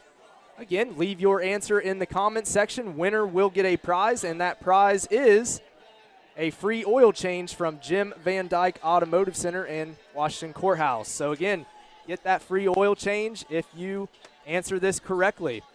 We will give you the results in between the 3rd and 4th quarter. Mr. Snyder, you're in charge of reminding me that. Yes, sir. Okay. And so without further ado, here's your Tiger Trivia question. The 1995-96 boys golf team qualified for state as a team, in which 5 golfers had the opportunity to compete in the state tournament. name 4 of those 5 golfers. So you must name 4 of the 5 golfers from that 95-96 state team to get this correctly. The first one to answer correctly in the comment section will win. And again, we will announce that winner between the 3rd and 4th periods. And all you will have to do is shoot the McLean Athletic Department's Facebook page a private message. Okay, and again, once again, we want to thank our sponsor for that, Jim Van Dyke's Automotive and Tire Center in Washington Courthouse. So again, leave your answers in the comment section, and we'll announce the winner between the 3rd and 4th quarter. Okay, Mr. Snyder, we got both teams coming, both teams are now back out. Some quick thoughts that we got now that we got about 50 seconds left to go. Quick thoughts on the second half and what we need to do to come through. Well, hopefully Coach Penn will address the penalty situation, as that was a big-time killer in the first half. So hopefully they can right the ship that way. Defense, the thing is, the offense moved the ball. The defense stopped the ball. So both those two phases, and even special teams, all 3 phases are clicking, but there's not much you can do about those penalties unless it's a mental rep. It's a mental rep thing that the players need to take care of. There's nothing you can do coaching-wise during the game that can really alleviate that situation. So hopefully Coach Penwell was able to kind of get them righted on that ship, and that they will take care of those penalties, because that's what killed them in the first half. They had all the momentum, great first half, great start to the second half, moved the ball, and then 3 drives in a row were killed by penalties and turnovers. Yeah, absolutely. Tigers are going to have to clean up the turnover game as well as the penalty game. It's a given, right? It goes without saying. You do things to shoot yourself in the foot. Ultimately, you're going to bleed out, and that's not what we want to see from our Tiger team tonight. So hopefully they'll clean up those errors and those penalties. Absolutely. And before we go any further, we got a couple ads that we'd like to read to you. We got Merchants National Bank. Established in 1879, the Merchants National Bank is an independent institution built upon a foundation of financial strength and customer service. They specialize in providing exceptional service on a personal level and are large enough to provide financial products at a competitive price, yet small enough to know their customers. With 17 convenient offices to serve you in Ohio, Merchants National Bank is proud to be your local community bank. Next, we would like to thank Schaefer Heating and Cooling. Located in Hillsboro, the vision of Schaefer Heating and Cooling is to be recognized as the most trusted company in the HVAC industry. To be the industry leader in healthy and efficient indoor home comfort products and services, and to deliver superior service with an unmatched client experience. They specialize in geothermal, indoor air quality products, and much more, while also carrying a wide array of brands for all of your home comfort needs. Call them today at 937-466-2755. Then finally, we have Jets Pro Embroidery. The fine folks at Jets Pro Embroidery are proud to be your local source for custom apparel and advertising. They provide design, screen printing, and embroidery services, and do so with style.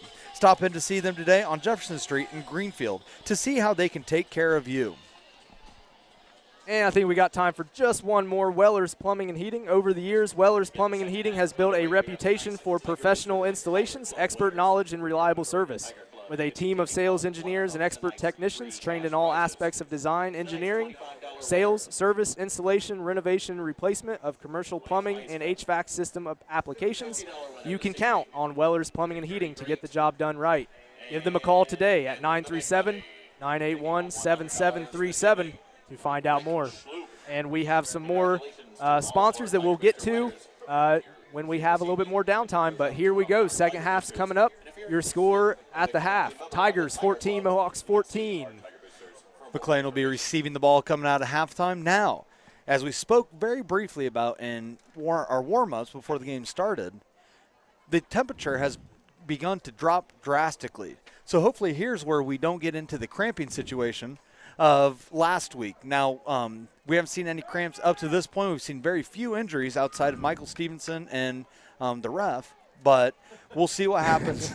We'll see what happens here in the second half. Absolutely. I want to say the referee took it like a champ. What man. A tough guy. Absolutely. Way tougher than me. All right, so we're going to start the second half with Corey Butler kicking off. And we he have an whips onside kick. on. They touched it. That should be a penalty. And that will be a penalty. Ref caught it through the flag. So now McLean can choose to move them back or take the ball with the penalty. Absolutely, and that will give McClain excellent field position. One way or the other, absolutely. Just what they needed coming out of that less than stellar second quarter. Absolutely. Looked to be touched by a Mohawk before going 10 yards. All right, so they're going to debate where this ball will go here. They're conferring with each other. Yep. Illegal procedure. Against Northwest. So they'll move them back 5 yards, and we'll see what happens. No ball will move back. Unless my eyes deceive me, it'll be the same guy kicking and the same guy's receiving. So there you go.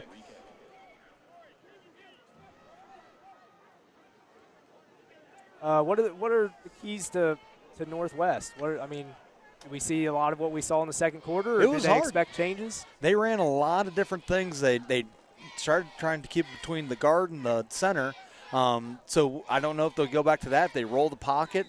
They were successful in passing. So they have a lot of going on offense for them that I will be interested to see how they do here in the second half. Cummins picks it up, drives it down the middle, and brought down violently by a Northwest player. That is number 4, Carter Runyon.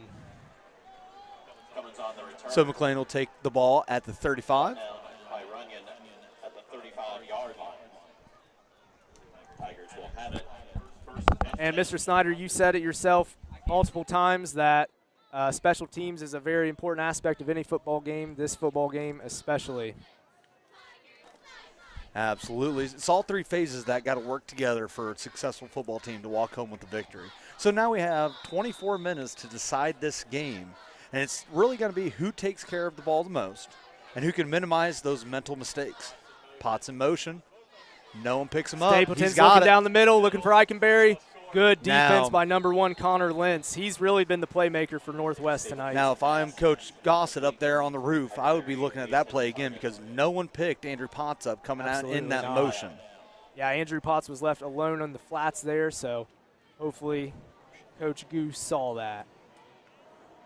All right, McCune brings in the play to Stapleton. Once again, you got to think they're going to give a healthy dose of these runs to Andrew Potts.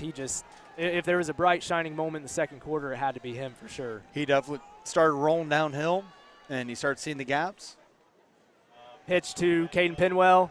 Short gain on the play, maybe 1 or 2. Good hit by number 57, James Rife. I think it's Rife or Riff. Good hit. This will be 3rd and 10. Ball on the 3rd and 8. Ball on the 37.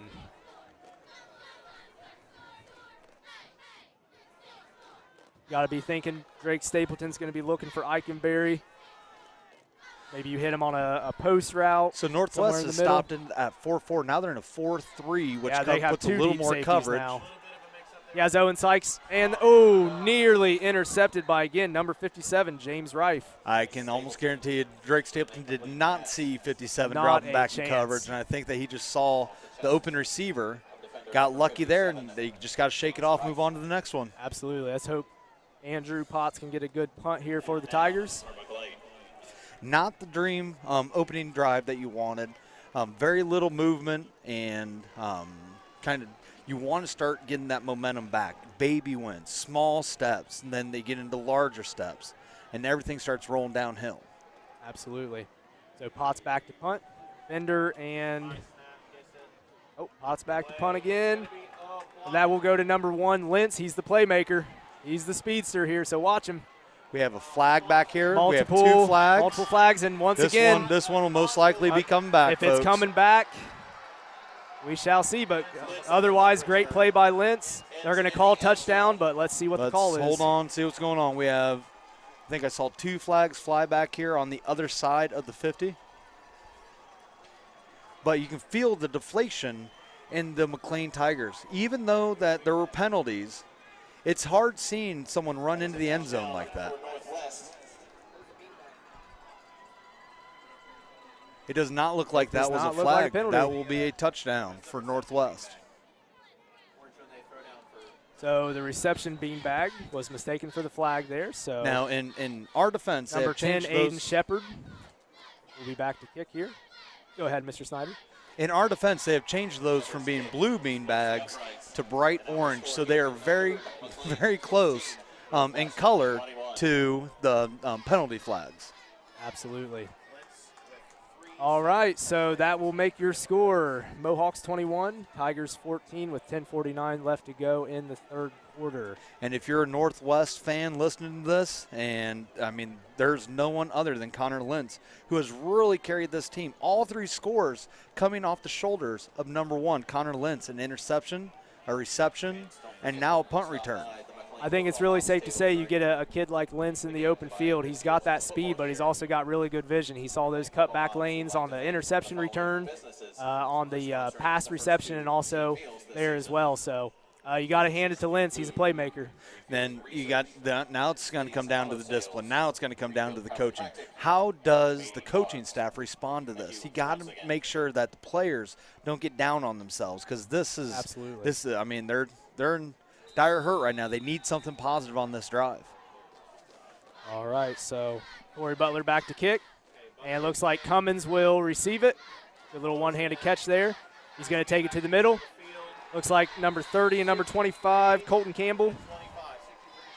63 and 25, Colton Campbell and Nick Hayslip take down Riley Cummins. Cummins with the kick return. So with the quick score from Northwest, the score is now 21-14 with Northwest leading. There's 10:43 left here in the third quarter. On the 28-yard line. McLean will take over on the 28-yard line, looking to get some positive momentum after a 3-and-out on the last drive.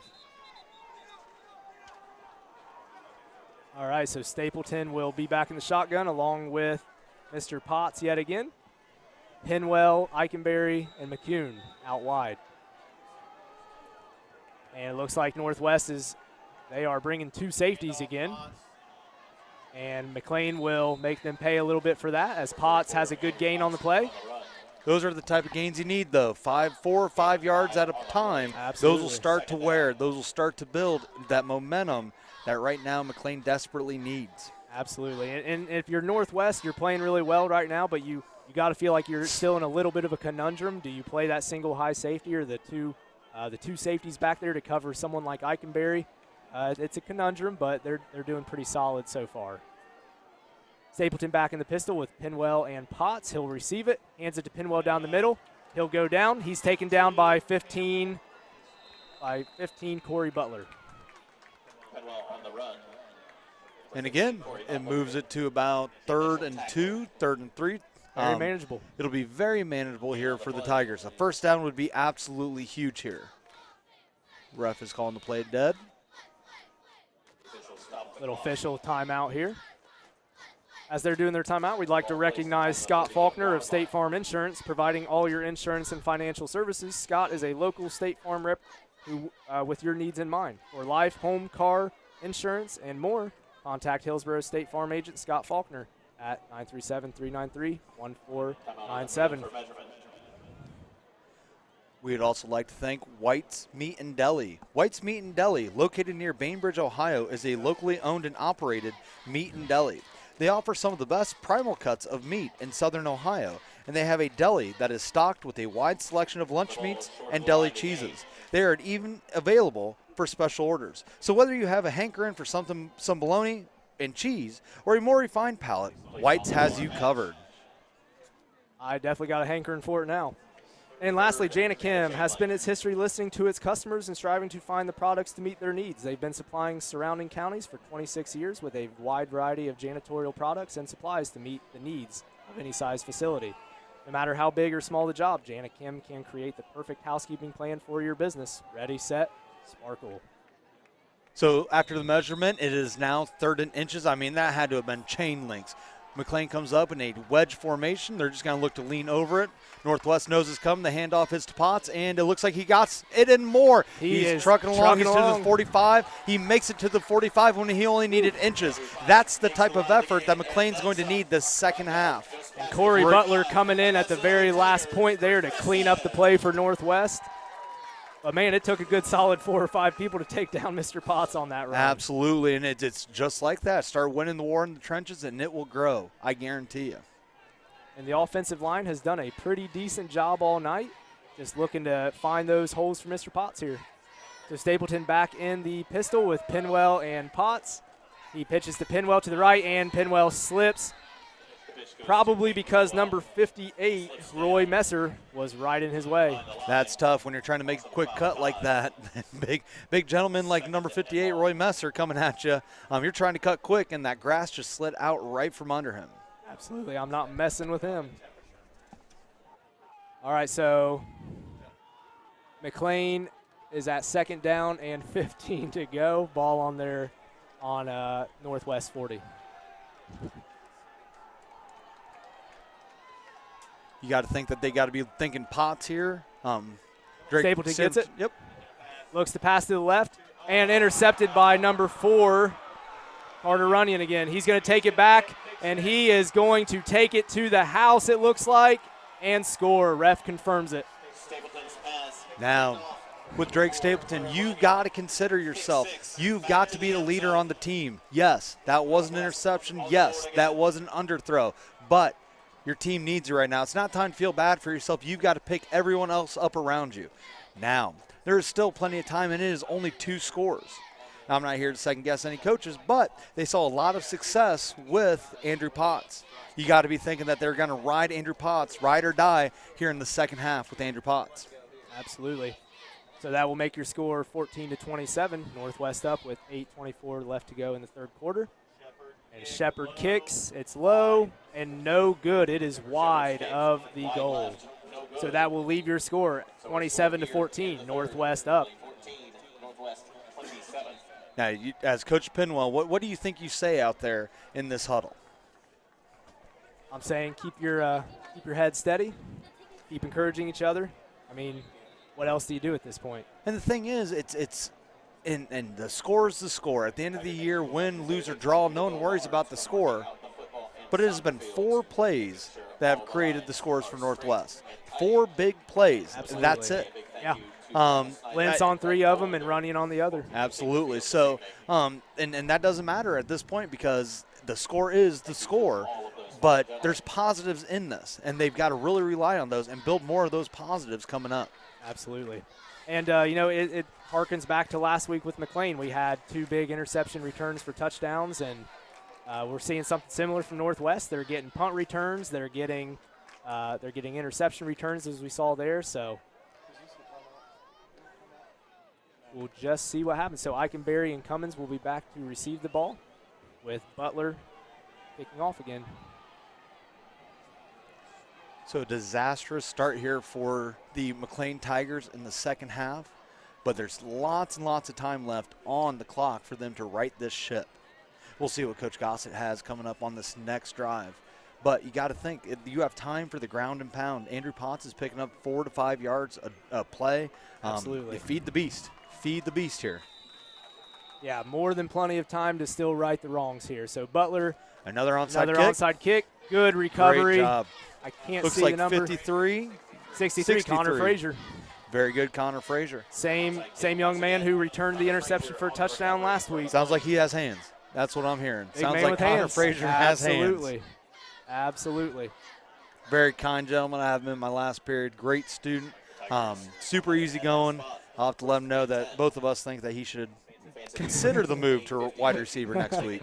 Absolutely, absolutely. I think he would say the same thing for sure. So McLean takes over the ball at the 50, looking for some positive here in the second half. All right, so they'll take over at their 50, like Mr. Snyder said. Drake Stapleton back in the pistol with Potts and Pinwell. They'll receive the snap, gives it to Potts. Good running by Potts, picks up a good solid 3 to 4 yards there. And what you got to do is just Xerox it. Say, make a copy. Same exact play, same exact cadence, same exact result, hopefully. Xerox, what is that technology you speak of? A little bit old, little dated there.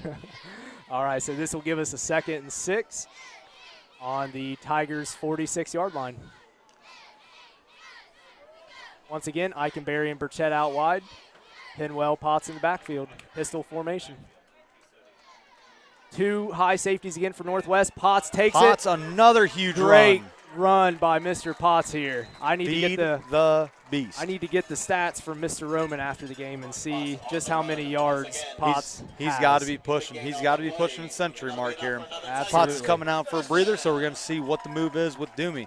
Now, as you look at the play formations, look at Northwest and how much they respect Max Eichenberry. He's down here on the short side of the field with a man-up coverage, but they also have an overhanging safety. He has shifted that entire field to cover him. And we've seen Max Eichenberry out-jump a few people, so that's probably why. So Luke Doomie, just can't handle the pitch. And recovered by Northwest, but there is a flag on the play. That is another one of those fumble flag thingies. Oh, yeah. Catches me off guard. It looks like there is no play. No play. There is no play. I'm not exactly sure what the call was so there. Tigers get a huge break on that. They call that a pass. So with that shovel pass, so as long as he doesn't hand it to him, it's the shovel pass. So these are actually Drake Stapleton yards that he's picking up out of the backfield. So that was an incomplete pass, no fumble for Luke Doomie. All right. McLean gets collective sigh of relief from the McLean sideline. Stapleton back and gives it to Caden Pinwell. Finds good a seam. Run by Pinwell. Bounces off one tackler. Shaves a couple off. Good pickup. He's going to pick up about 11 to 12 on the play. This is the type of drive that McLean needs. Keep feeding the horses. Keep riding the guys that are getting these chunk yards for you. Andrew Potts looks like he's picking up his helmet, getting ready to go back in. And at a good time as well because they are in their territory now. They're at about their own 24-yard line, 23-yard line. McCune out wide along with Eichenberry. We're going to see Doomie and Pinwell back in the backfield again with Sykes. Potts taking another breather. Stapleton in the pistol formation, gets it, hands it to Doomie. Good run, great. Ball, good, wow. Another 5 yards. This is what they need. Great. There's so much time left on that clock. Absolutely. Even though it felt like dire straits there for McLean, there's still 6 minutes and 40 seconds left in this third quarter. Absolutely. Punch it in here, you have another quarter and a half to make up that one score. They got tons of time. I have to give the big fellas up front some props there. They pushed that line back. I don't think anyone touched Doomie until he was 3 or 4 yards down the field. As a former running back, that is very helpful. So it helps. Very much appreciated. Helps when you see those holes open up in front of you. Makes your job easy. Stapleton gets it, hands it off to Pinwell again. And about a 1 to 2 yard gain maybe on the play. Oh, it looks like they're marking him close to the first down. Maybe a little bit more, yeah. Marker showing first down, but yeah, they might be measuring here. Officials call timeout. Take an eye at the chains. Signal for another Tiger. While we're that was a quick measurement. That was a quick measurement. Yeah, we were going to read off some sponsors, but they're going to go ahead and do it. So it looks like the ball is on their 17-yard line. Again, first and 10 Tigers, so they're looking pretty good, keeping it on the ground this drive. And it hasn't been just Potts. We saw a good run from Doomie, a couple good runs from Pinwell, so they're spreading the wealth. The holes are opening up, leaning on those linemen, down linemen right there. Absolutely. Lean on the big fellas. That one's a fumble. That high snap kind of caused that, but we'll see who recovers. Fumble at the point of the handoff. It's signaling second down. And it looks like the Tigers recover. McCune will come out for a play. Potts goes back in. The ball moves forward a yard. And it looks to be second down and 10 on their own 13-yard line. Looks like it moved forward a little bit. The box is over there saying about second down and 8. Okay. So we'll take that. We'll take that. All right, Stapleton in the pistol. Pinwell and Potts in the backfield. Hand off to Pinwell. And stuffed at the line. Now they're starting to bring that heat. They're starting to move 6, 7, 8 dudes, 7 and 8 dudes back in that box. Absolutely. And bringing the heat. So you got to think, what do we do if they stop that run? What's the next move with a shaky second half start for Drake Stapleton? Third down. So that will bring up third down, and it looks to be 8 to go. They are on their own 11-yard line. So this is a big play coming up. Is this two-down territory? This is two-down right territory, okay. absolutely. All So right. you're looking to get about half of this, hopefully 4 more yards. Stapleton, the pistol, hands it to Potts, bounces to the If left, he gets it. shaves that a could couple be tackles, huge. and That he's could going to be touchdown. into the end zone. Andrew Potts, touchdown. Absolutely. So what did we say the entire start in between this drive? Feed the beast. Absolutely. Hey, Jinx. Absolutely. All right. And that's exactly what Coach Gossen did, standing above us, calling the offense. Fed the beast. Keep it on the ground. You have plenty of time. So now it is 20-27 with Emerson Yates coming out to kick the extra point. Absolutely. 4:59 left to go in the third quarter. So we'll see if Emerson Yates can keep his steady Eddie reputation here and put this one in. And this would be huge because this would make it to where if the Tigers score another touchdown, they will have the ball in their court. And the kick is up, and it is good. Steady Eddie Emerson. So that will now make your score. Northwest 27, the Tigers 21 with 5 minutes left to go in the third. Okay, as we are switching here, we want to go ahead and give some shout outs again to a couple businesses, starting with Luminex, America's original candle company. Candlelight has long been recognized as the leader in the decorative candle industry. They proudly celebrate over 180 years of continuous candle making. With manufacturing centered in nearby Leesburg, Ohio, Candlelight continues to be a leader in home fragrance offerings. Humble beginnings, noble values, guided by dreams, Candlelight continues to take pride in the quality, value, and service benchmarks. All right, and with no further ado, we would like to go ahead and announce we would like to remind you of Tiger Trivia. It is on the screen right there. We do not have a winner yet, but we will again try to announce that as long as someone can come up with that between third and fourth quarters. So keep guessing. Some of you are very, very close. McLean lines up for another kickoff as Northwest adjusts to what the formation is. 6 guys on the short side of the field, 4 on the far side. Emerson Yates is back there to give it a boot. And forward he rolls, slowly but surely. And it looks like another onside kick straight to number 10. Number 10, Aiden Shepard. Great hands there. So now McLean defense comes out on the field. They have not had a bad night, just a couple big plays that have happened. You know, special teams play. We had a defensive touchdown. They really haven't, as you said, played bad. And it's been Connor Lentz who's really been the Achilles heel here. But the defense has not played bad. This will be their first time out for the second half, so we'll see what they have to do.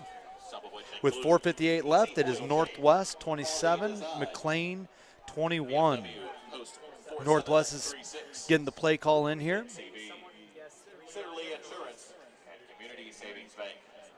McLean sits in a 4-3 defense, waiting to see the lineup from Northwest. Northwest has a little confusion as to where they line up. Riley Cummins comes over on the slot receiver. Quick pop pass looking for, roll in the pocket. It's got to be about Aaron Doomey keeping that contained, lost the contain, but did enough to bring him down. Now the question will be, is there a flag over on there for a late hit out of bounds? Pinwell came out of there at the like a bat out of heck at the last second there, so. Thank you for keeping this G-rated, sir. Could have been worse, right? Does not look like there's a flag for late hit out of bounds, and it looks like they'll be taking over at 2nd and 10, maybe. I'll call that 10. I will concur. Great job by Luke Doomey keeping that contained. It looked like the quarterback had gotten out there just enough, but he wasn't able to turn the corner. Luke Doomey took a great pursuit angle, knowing that help was quick on the way, and just stretched that play right out of bounds, right at the first down markers. All right, so Northwest will line up. Looks like we have trip wide receivers on the left, 1 running back in the backfield. Deep coverage for McLean. Looks for another pop pass, rolls to the right, coming up quick. We have, they just need to hold it. Once again, they look to Connor Lentz with a missed tackle early on in that play. McLean was able to, we got a flag being thrown over there, most likely a little extracurricular activity after the play. Ankle tackle by Penwell. Connor Lentz, is able to pick up about 7 or 8 yards. We'll see what the penalty is. If this is This will be a pretty big call. we have a personal foul, unnecessary roughness. Against the Tigers. And once again, we get some momentum. Here come the penalties. Yep, you had them on 3rd and 2, and then a penalty after the play, extracurricular activities, gives them an easy 15. You can't ask for more if you're Northwest. Now it's starting to turn into a discipline issue. Which side's going to be more disciplined? Which side's going to pick up fewer penalties? As of right now, it is strongly in Northwest's favor. Right there, that ball moves from the 39 right down to about the 20. I mean, that'd be the 24, if I did my math right. Yep. All right, so looks like McLean will line up in their traditional defensive set, even though their backs are against the wall a little bit here. Ball's going to be on the 28-yard line. Trips wide left, one to the right, one running back in the backfield. Quick pop pass there. That is number 9, Mr. Bender. Or I'm sorry, Shane Miller. Another flag yet again. Another flag. And if this is against McLean, once again, this is the thing that's really shooting them in the foot. I think this one's against the Mohawks probably for like illegal shift or something like that. So we'll see what the ref has to say here in just a second. Oh, looks like it's going to be on McLean again. Nope, switch sides. I think we got maybe offsetting potentially. Possibly offsetting penalties.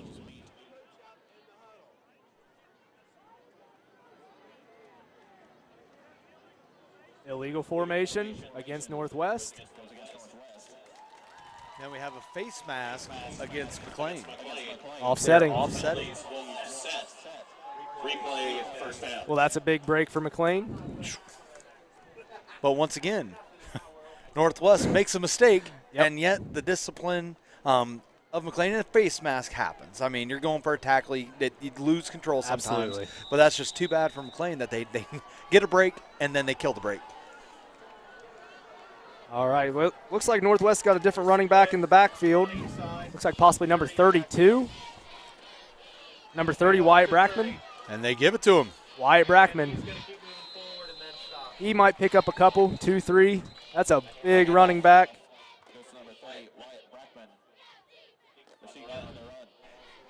And, yes, he's a well-put-together young man, number 30, Wyatt Brackman. First time we've seen him run tonight. 230 pounds coming out of the backfield according to our roster here. That is a lot of running back to have to take down. Absolutely.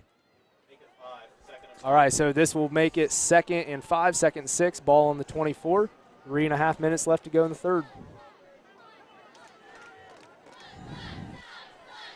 Guys, got to hope that McLean is able to get a break here as the Mohawks are continuing to march down the field. You got Brackman back in the backfield once again. Ooh, looked like he jumped a little bit Bolin early. takes a roll out to the right. Hurdles a defender. Brought down by a couple McLean Tigers there. Looked like Cade Sponsel was one of them at the end. And that will pick up a first down for Northwest. And again, they're knocking on the door. If McLean can hold them to, if nothing else, a field goal, you got to think it's still, you're still 2 scores down at that point, but as that it's very short manageable. or as that field shortens, there's a lot less ground to cover. But right now, all the momentum's in Northwest's favor. They just keep rolling and rolling and rolling. Absolutely. So hopefully McLean's able to bow up here and push back a little bit. Bolin back to pass, looks to the right. Great. Good. You got to be kidding. You've got to be kidding. Great play by DJ Frost. but it Number goes 47, right into the Michael hands Bender. Of Michael Bender. Man, tough break for the Tigers there. DJ Frost couldn't have played that any better. Played it really well. Mr. Bender was just in the right place, right time. Johnny on the spot. Yeah, absolutely, and kudos to him. I mean, not giving up on the play. Seeing those tip, kept moving. Wow. Yeah, that's one of those things. Hard to overanalyze that. Just in the right place at the right time. And when that stuff happens, you just got to reload, come back out, and hopefully put together a drive. All right, so Looks like Aiden Shepard will be back to kick. Or, well, will he? Oh, I think they're going to go for 2.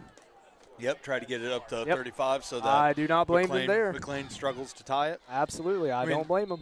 You got to think they have nothing to lose here. If they miss it, it's still a 2-score game. If Right. they get it, now McLean has to make their field goals. Absolutely. So this far in the game, it seems like McLean is struggling to find a break, and every time they do, they seem to shoot themselves right back in the foot. Again, fans, we have tonight's winning 50-50 ticket number, a purple ticket, a number 762-380. We would like to read another one of our sponsors. Commercial Cleaning Solutions, located on State Route 138 near Greenfield. Commercial Cleaning Solutions Incorporated is a full-service janitorial company that prides itself on total customer satisfaction and high-performance standards. No matter the job, they're equipped to provide you with excellent customer care. Call today, 937-981-4870. 937-981-4870.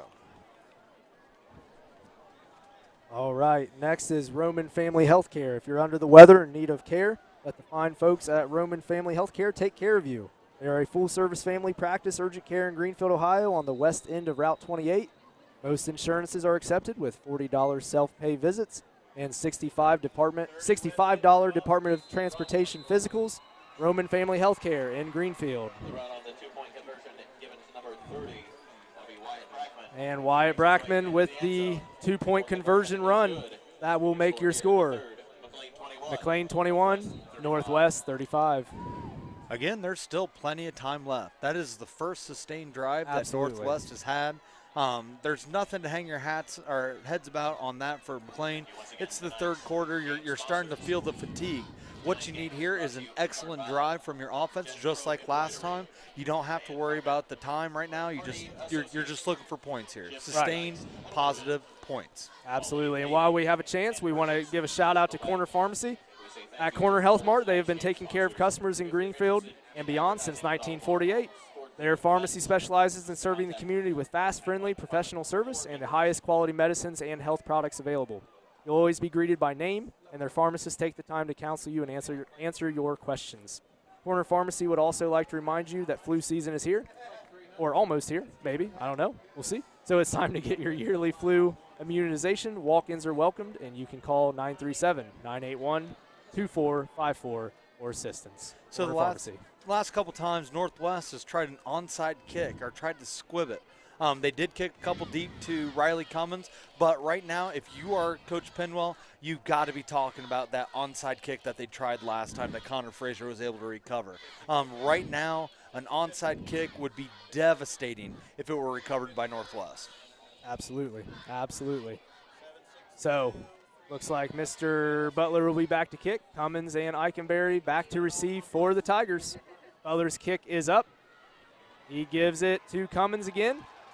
And Cummins takes it to the left-hand side. Spin move there. DJ Frost picks up a huge block on the way, and they kick it directly. So they're kicking it directly to Riley Cummins away from Max Eikenberry. And honestly, I can't blame him. Outside of a powerful, explosive first quarter, we have not had Max Eikenberry on the mic very much since then. Absolutely. And for the Tigers to be successful, you know, you got to think they want to get the ball in Eikenberry's hands. But as you also said, we still got time. Put in Potts' hands, Penwell's hands. Good things can also happen that way as well. Absolutely. And the thing is, Northwest has got to stop that run. And then that'll get them looking inside those tackles away from Max Eikenberry. All right, so Eikenberry split out wide. Stapleton in the pistol. Gives it to Penwell up the middle, and he will get a short gain on the play, maybe 2. So that will bring up a 2nd and 8. 3-yard gain. 2nd and 7. Possibly 2nd and 7. And the ball will be on their own 41-yard line. On Northwest's 41-yard line. Sorry about that. So not a bad first play here. Let's see what Coach Gossett's drawn up for the second play. You have Max Eikenberry down here on the short side. Potts and Penwell in the backfield. Drake Stapleton gives it to Potts, who is running downhill, gets a first down almost to the 50. This is what you're looking for. Potts is running downhill, picking up chunk yardage like that. That's tough to stop if you're Northwest. Absolutely. If you're Northwest, you've got to get those interior linemen to make him change direction. If he's just getting a straight shot downhill, that's what's going to happen for the rest of the game. Well, here's the thing. Do a little play-action dive right there and then hit Eichenberry down here on the numbers. Absolutely. Good things can happen. But Absolutely. I guarantee you, Coach Tim Gossett has done this a lot longer than I have. I would not argue with that. All right, Stapleton back in the pistol. Hands it off to Potts, little counter. And he's going to be brought down in the backfield. One of the few negative plays we've seen from the Tiger running offense tonight, specifically with Mr. Potts. So that will bring up a 2nd and 11. Tigers on the Northwest 48-yard line. We got 1 minute and 7 seconds left here in the third quarter. Northwest is leading 35-21. 2nd and 11, as my counterpart has said. Let's see again what Coach Gossett pulls up here. Stapleton in the pistol. Receives it, hands it to Potts up the middle. Yet again, a pretty nice run by Mr. Potts. Just couldn't break that last tackle. He's going to pick up about 3 to 4, maybe 5 on that play. Now here's the thing. If Coach Gossett's watching down here, Max Eichenberry is now on an island with the receiver. So Absolutely. Here you might see a toss-up to Max Eichenberry coming here in the very near future with 29 seconds left in the third. And you got to think with 3rd and long, Northwest will bring out those 2 high safeties again, but maybe not. It looks like he's going to be on an island here. They cover the tight end there. They're going to bring everybody in. And Stapleton immediately looks for Connor McCune. Grab by catch. Connor McCune. He was thinking he was in the NFL there for a second. Almost got up, kept running. Great for him. He said, I asked him today in class, I said, Mr. McCune, you going to have a great game today? He said, I don't know if they throw it to me maybe. And it looks like they did. And he made true on his words. Absolutely. They threw it to him. He picked up a first down. Great route running by Mr. McCune. Great in rhythm throw by Drake Stapleton there as well. That's one of the hardest passes to make in football. Those little slant routes, you got to have a rhythm. You got to be in tune with your receiver, and they were 100% there. That will take us to the end of the third quarter. Your score, Northwest 35, McLean 21. Okay, and as promised, we will have the results for Tiger Trivia, and it took a few tries here. We had some people that came extremely close. Some people got 3 out of the 4 mentioned, and they had some other members of that Tiger golf team. Unfortunately, they just weren't the ones who were invited to the state meet, like the state tournament, I should say. So without further ado, the correct answer to tonight's Tiger Trivia question was Jeff Weller, Eric Wise, Eric Zent, Chris Hayes, and Mark Clyburn. Probably some pretty familiar names on that list. Those were the 5 athletes who competed at the state tournament for that 95-96 golf team. And our winner tonight, the first person to get that correct in the comments section was Mr. John Goddard. I repeat, John Goddard. So, Mr. Goddard, we will get you your free oil change reward, and we'll get a hold of you. I think pretty easily. Congratulations, Mr. Goddard. Absolutely. Good guess in there. Great job by all who participated. Thank you. Now to begin the fourth quarter, McLean lines up on the 40. We have 1st and 10. Drake Stapleton with Penwell and Potts in the backfield with him. Stapleton gets in the pistol, hands it to Potts. Potts keeps riding it. Barrels and rails down, man. Another good 5 to 6 yards. Another 5 yards for Mr. Potts there. And again, the guys up front in the interior are not doing a very hateful job at all. I mean, they got some big boys for Northwest out there, and our guys are doing a pretty good job all night on them. And again, that goes back to strength and conditioning coach Darryl Upp, absolutely putting these guys through the regimen every time they're in the weight room. And you can really see the benefits of it now. Absolutely. Stapleton yet again back in the pistol formation. That will be encroachment or offsides. And it looks like McLean's picking up a free 5 yards. The flag before the play. Initial signal is encroachment. And that's probably what it's going to be is encroachment. That's going to be a free 5 yards to McLean, as you stated. I was watching. That gives us a first down.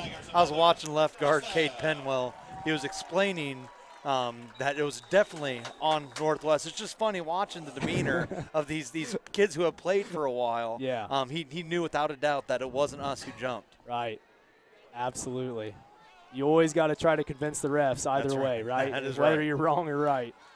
All right, so Stapleton back in pistol, receives the ball here, hands it to Potts down the middle, and he has a good Holes run. like crazy. Man, that A to B gap area, man, they are just hitting that Yes. hard and the thing capitalizing. is, the thing is McLean's lining up saying, stop us.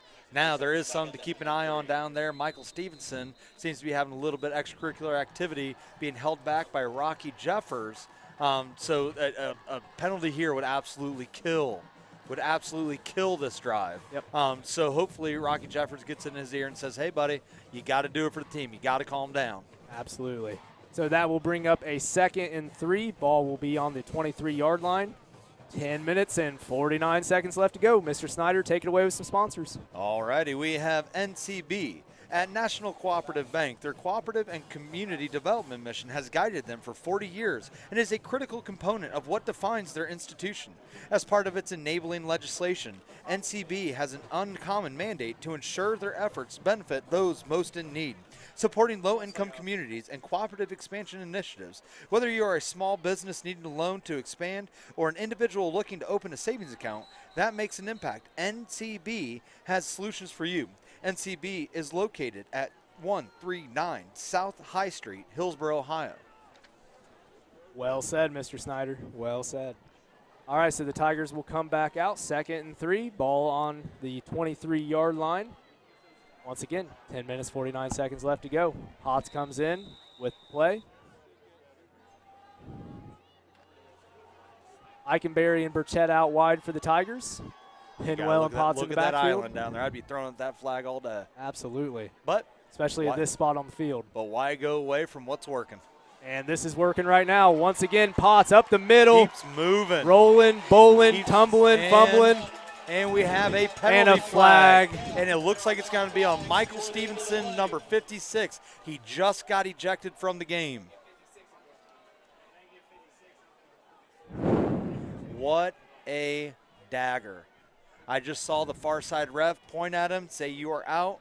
So I'm willing to bet a paycheck that this is going to be on number 56, Michael Stevenson, as he exits the field.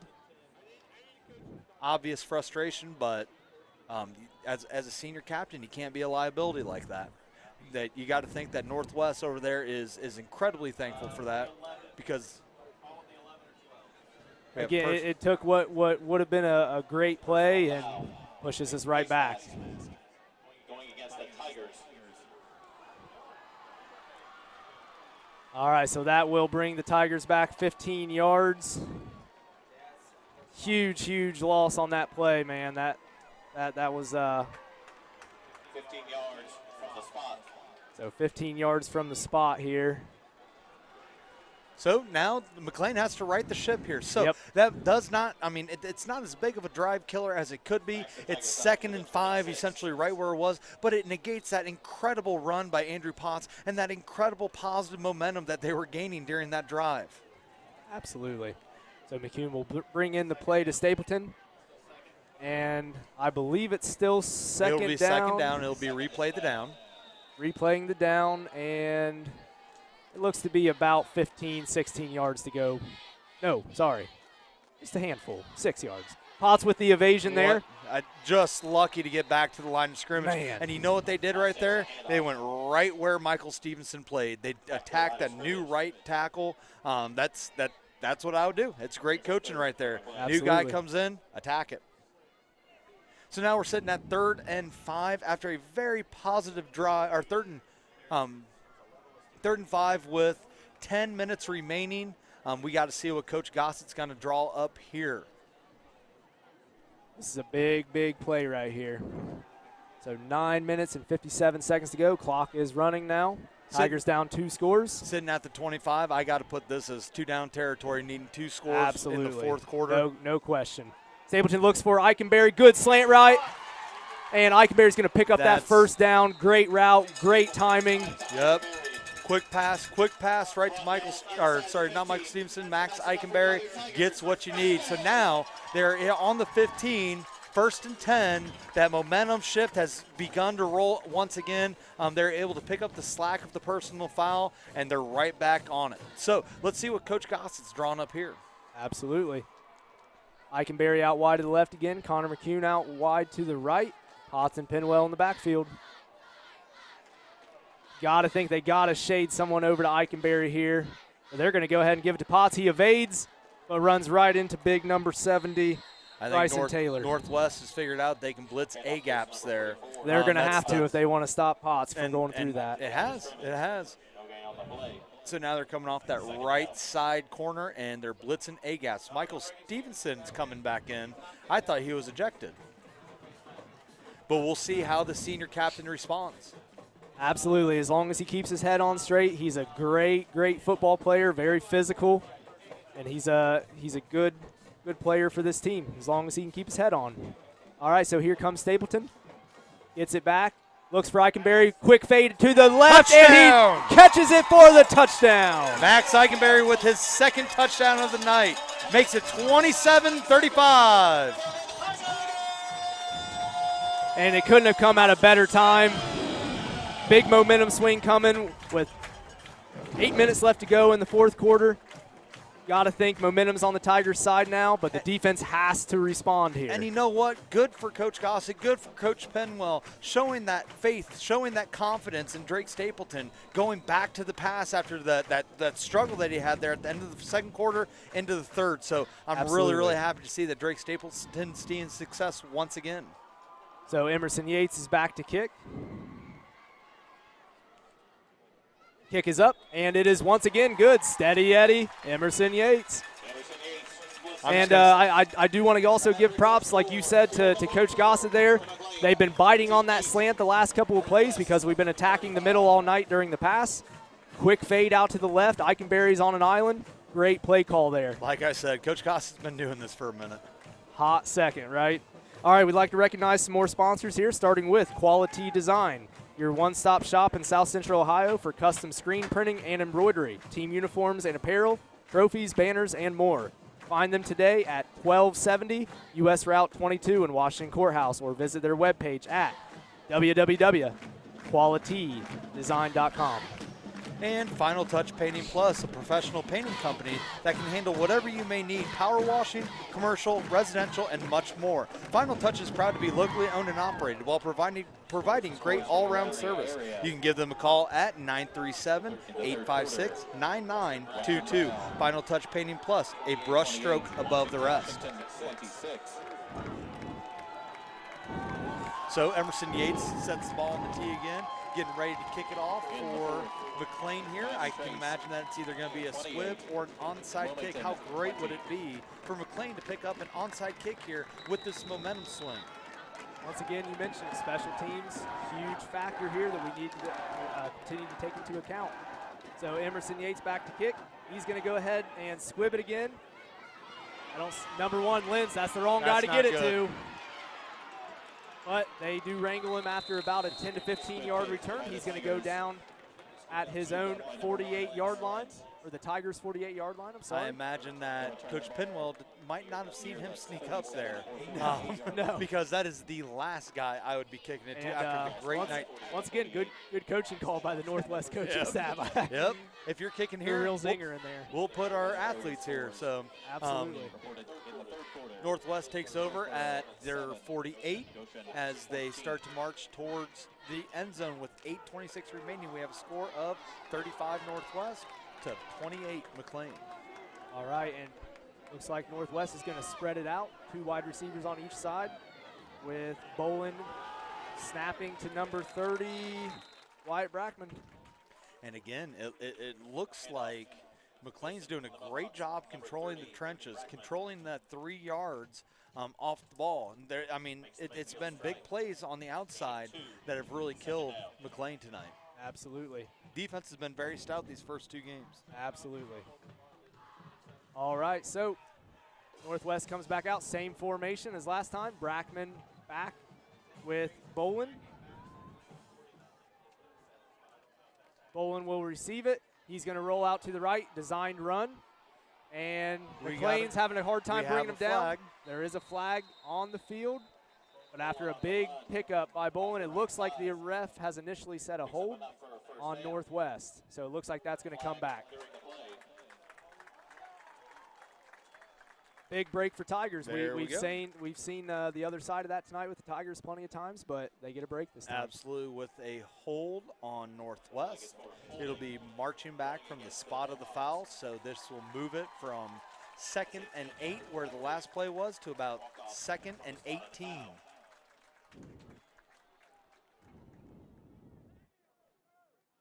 All right, and this is where the experience factor is going to come in a little bit.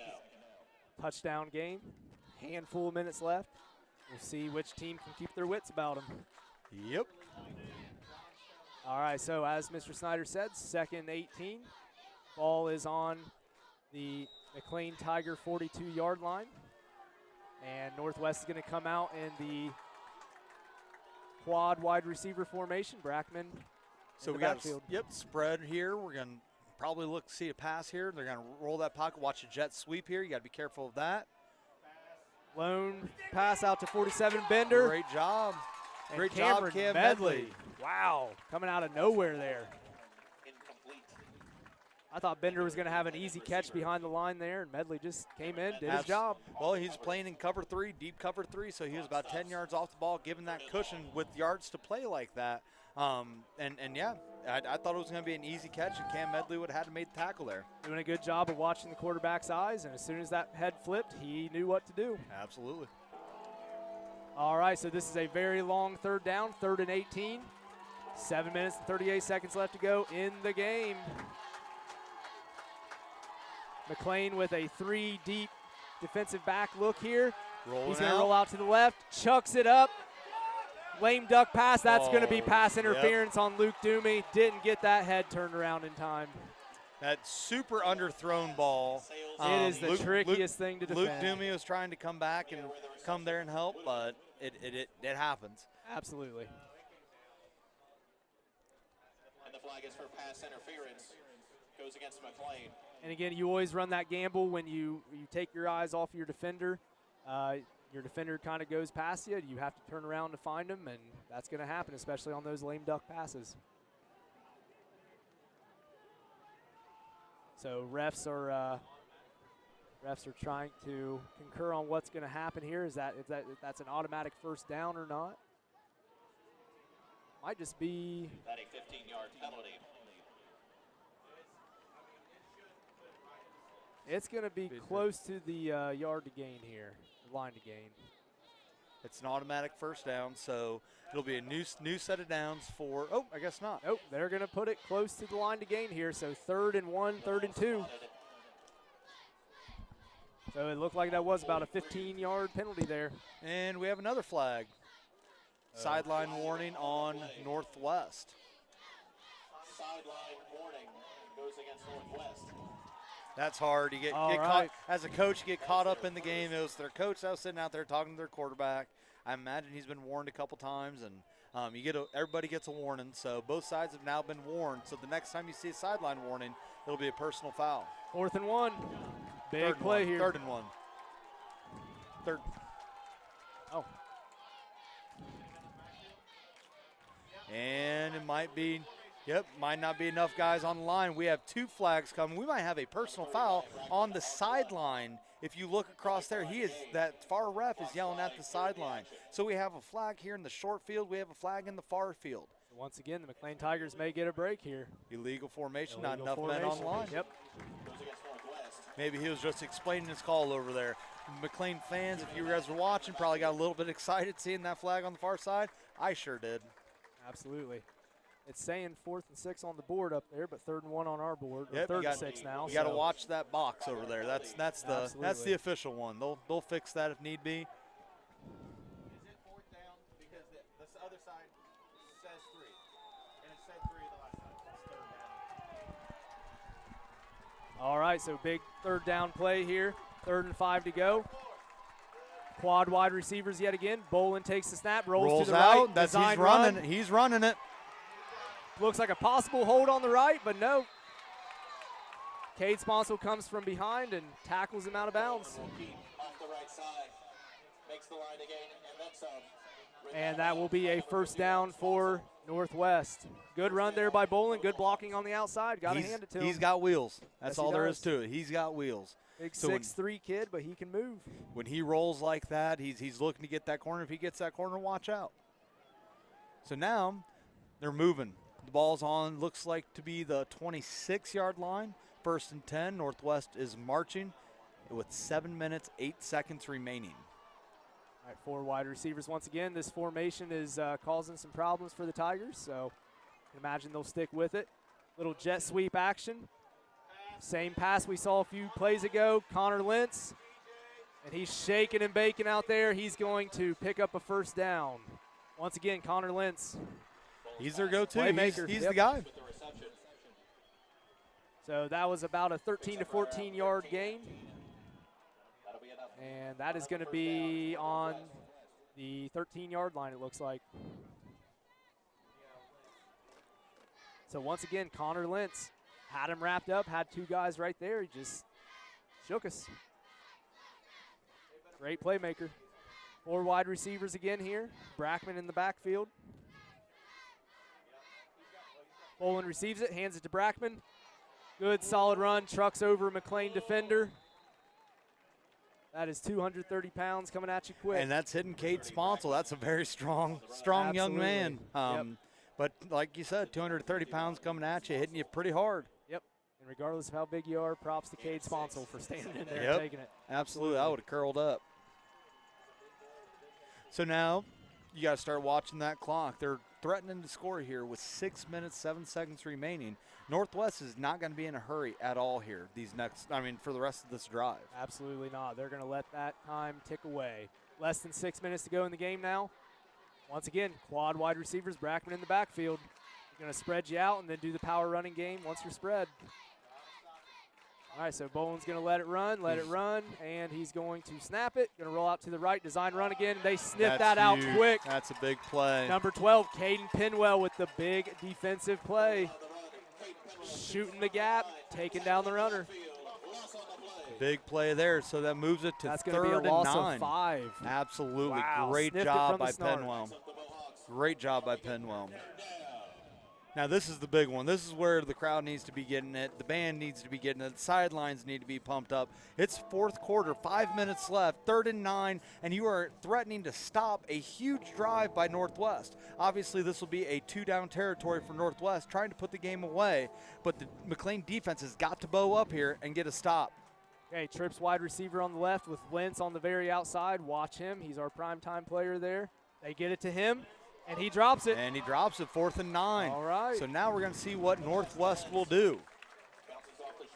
So this is a big decision here. Do we try the field goal? I guess we'll see here in a second.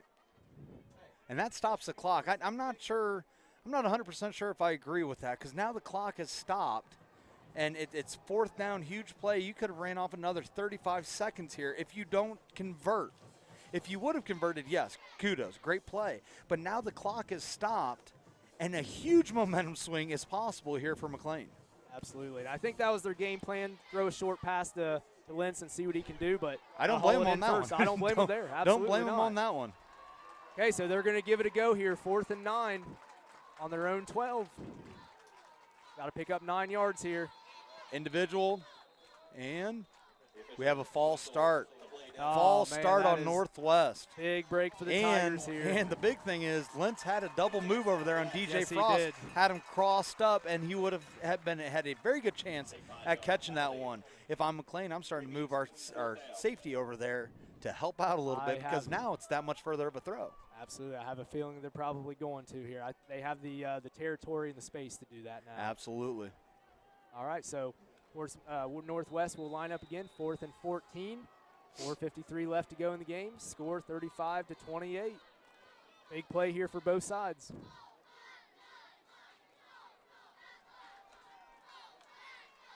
All right, so it looks like Northwest will come out again in that familiar look, that Trips wide receiver look. Lentz out on the outside, Campbell on the inside.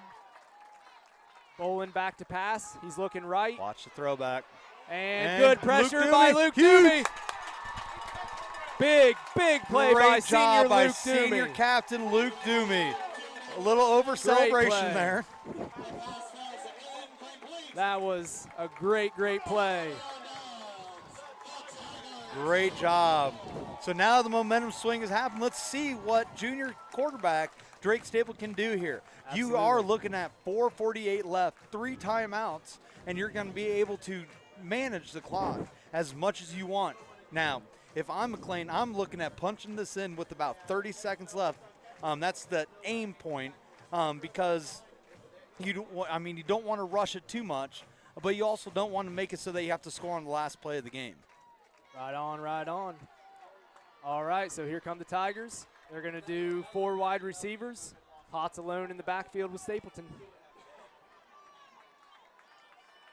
Looks like Northwest is going to man up on the outside. Pass to, I believe that was Pinwell. Short pass, short pickup, about 3 to 4 yards on the play. That's what you want with these short passing plays. It short is. passing plays, as long as they're completing. Yes, if they're incomplete, then so be it. At least stops the clock.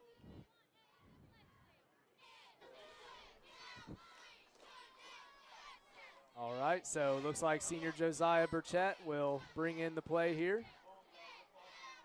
And the clock is running. They do have to have a little sense of urgency They here. do here. Not just the overall clock, but the play clock's running as well. Absolutely. So watch that umpire there in the right behind the linebackers. Watch his first hand to go up. Got Eichenberry in the slot here. Watch that middle seam pass.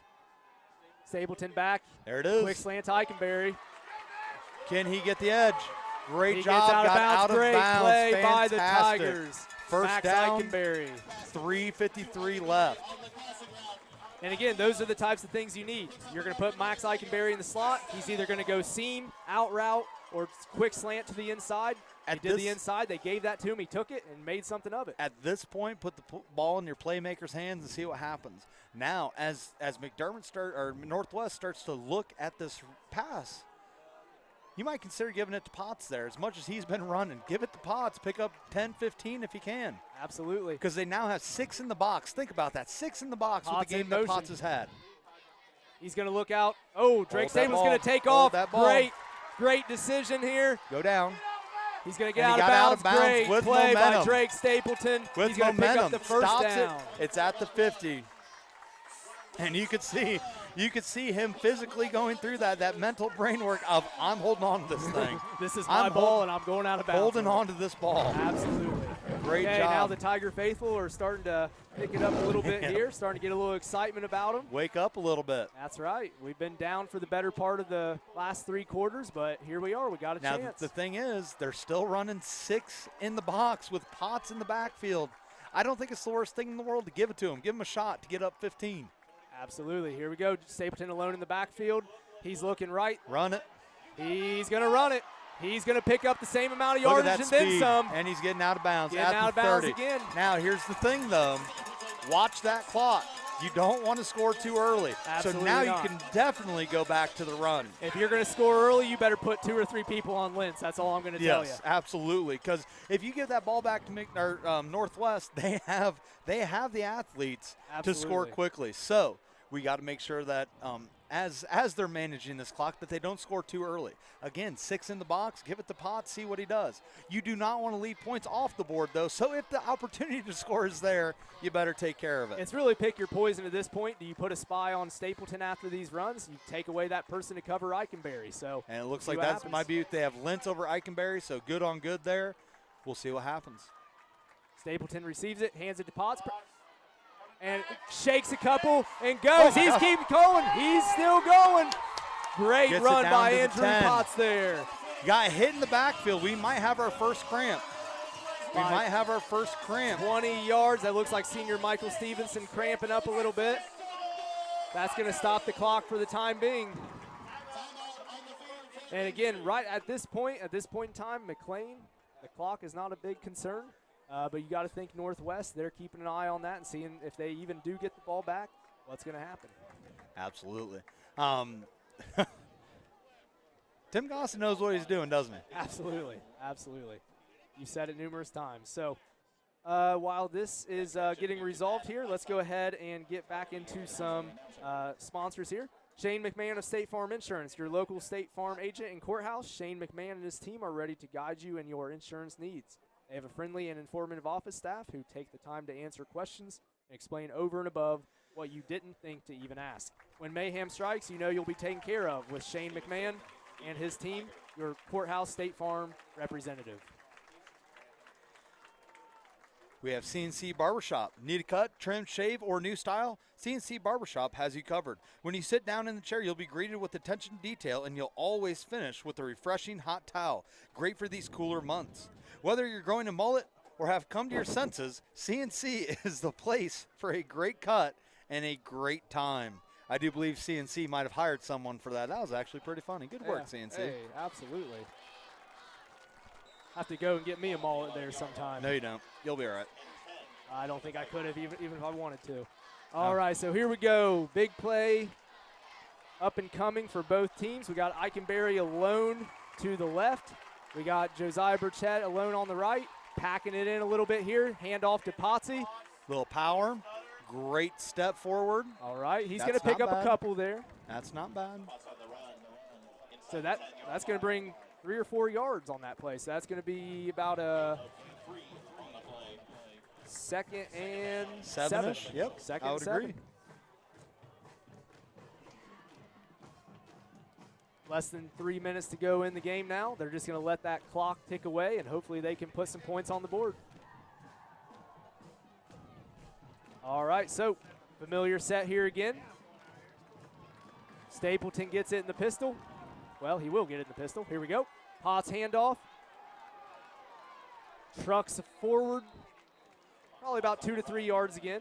It's amazing to me that he's still falling forward even after all these carries. He's got to be, what, 20, 25, maybe Easily. even 30? Oh, I'd say closer to 30, if anything.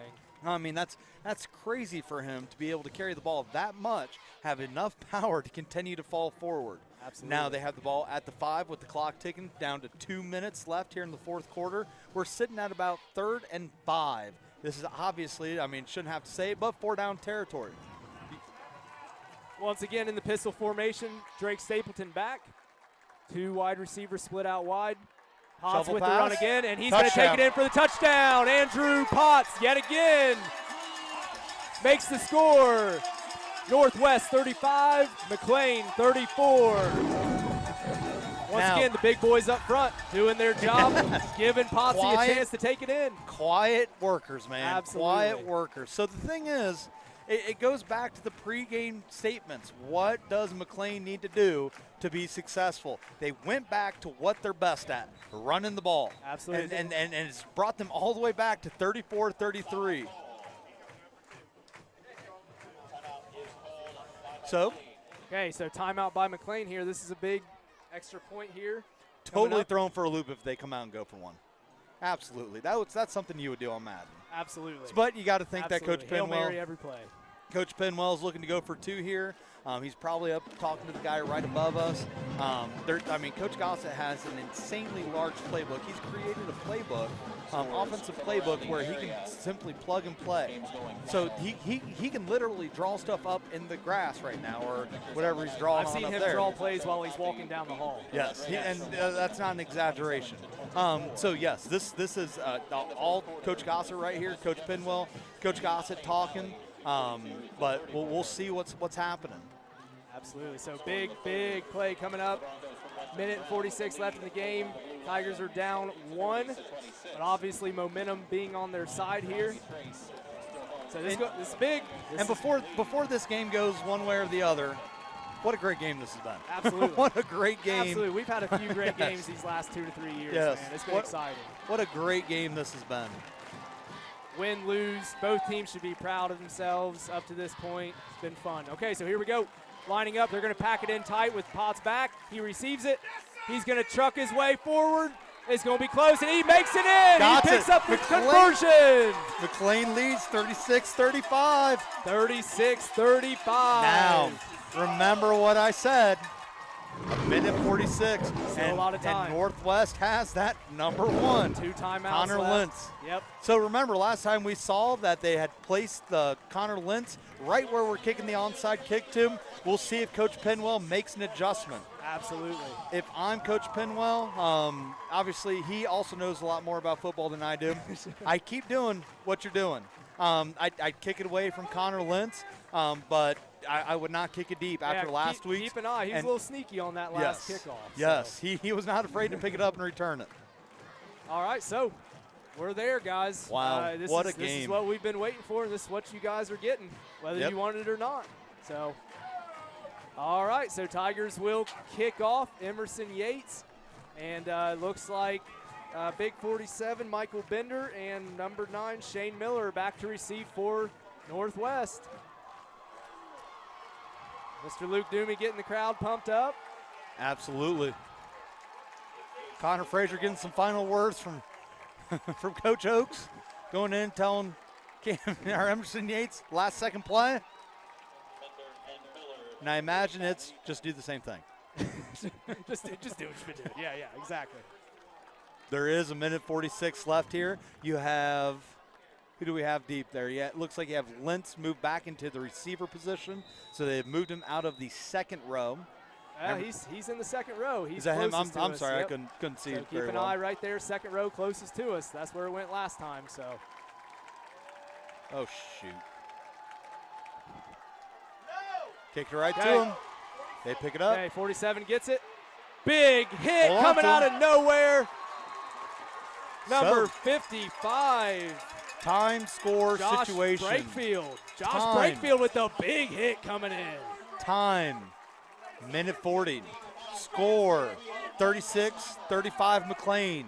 Situation, must score Northwest. If you're watching at home and you know that people are not watching, go ahead and give them a call. Tell them to tune in because this is setting up to be a fantastic finish one way or the other.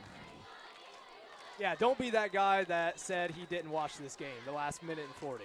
Because you'll tell them to your grandkids, where were you or where was I when Northwest McLean faced off 2022? That's right. Here we go, ladies and gentlemen. Okay, so 2 wide to the left, 2 wide to the right. Bolin hands it to Brackman. Big play by Luke Doomey.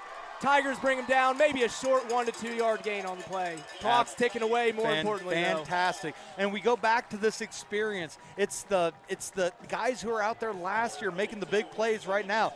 Northwest is not waiting to get a play call in. They know exactly what they want to do. Absolutely. Here we go again. Watch Lentz. Find Lentz every time. 3 deep for the Tigers. Bolin's Roll going to take out. it to the This right. is designed run. It's going to go out of bounds. Stops the clock. Once again, Doomey pressures him out. You got Lentz getting the play call in from the coach. With a minute 11 remaining, Northwest is sitting in a third and what looks to be about 3 or 4. Yeah, about 3 yards to go.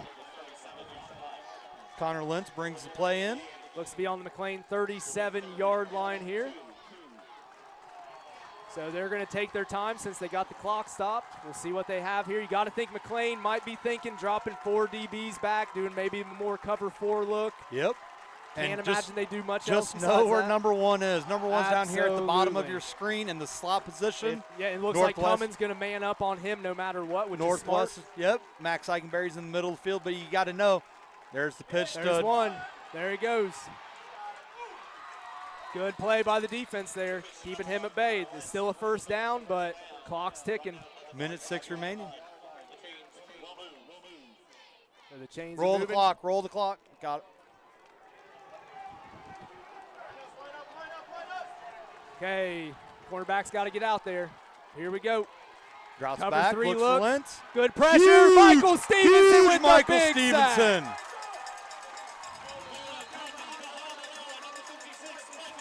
I'll tell you what, Michael brings the energy at least. You got to give him that. Michael Stevenson with the big sack. That's going to put the Northwest Mohawks about 4 yards behind the original marker, and they're going to have to burn a timeout here with 45 seconds left to go in the game. Hey, change the clock. All right, so, hey, what do you expect here? We got 45 seconds. Give it to number 1. Give it to number If 1. I'm Northwest, give it to number 1. At all costs. And if I'm in the purple huddle, stop number 1. That's all there is to it right now, ladies and gentlemen. I wouldn't argue with that for a second. But, I mean, if you're Northwest, this is where a second hero arises. It really does. And I know that Absolutely. Connor Lentz is not the only athlete on the Northwest team. as a high school team, we don't really watch film. We don't know much about the background of Northwest, but just watching them, I know that there are other athletes over there that are capable of making plays. Absolutely. But, I mean, to answer your question in short, if you're Northwest, give it to number one. And if you're McLean, purple, stop number one. absolutely. See ball, get ball. Yep, see the ball, get the ball. All right, here we go. 45 seconds left to go in the game. 1-point game, ladies and gentlemen. 4 wide receivers.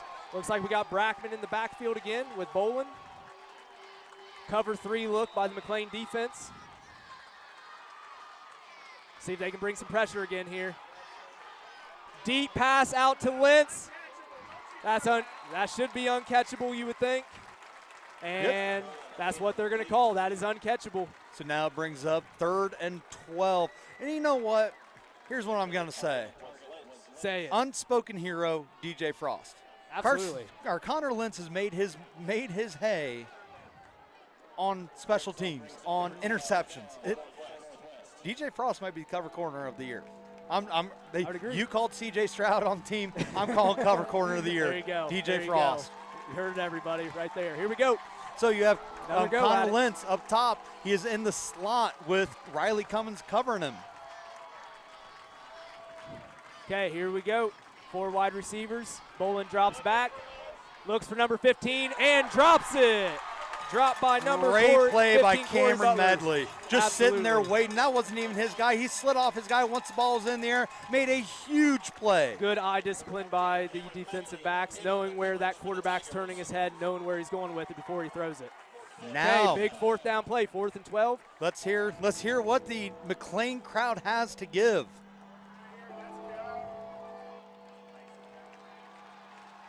Okay, here we go. Got to think McLean, they'll drop 4 defensive backs back a little bit more now. Just try to cover that 1st down more than anything, but you got to keep watching number 1 for that big play. He's on the top of your screen in the slot. Number 1, Connor Lentz. Max Eichenberry shaded over that way.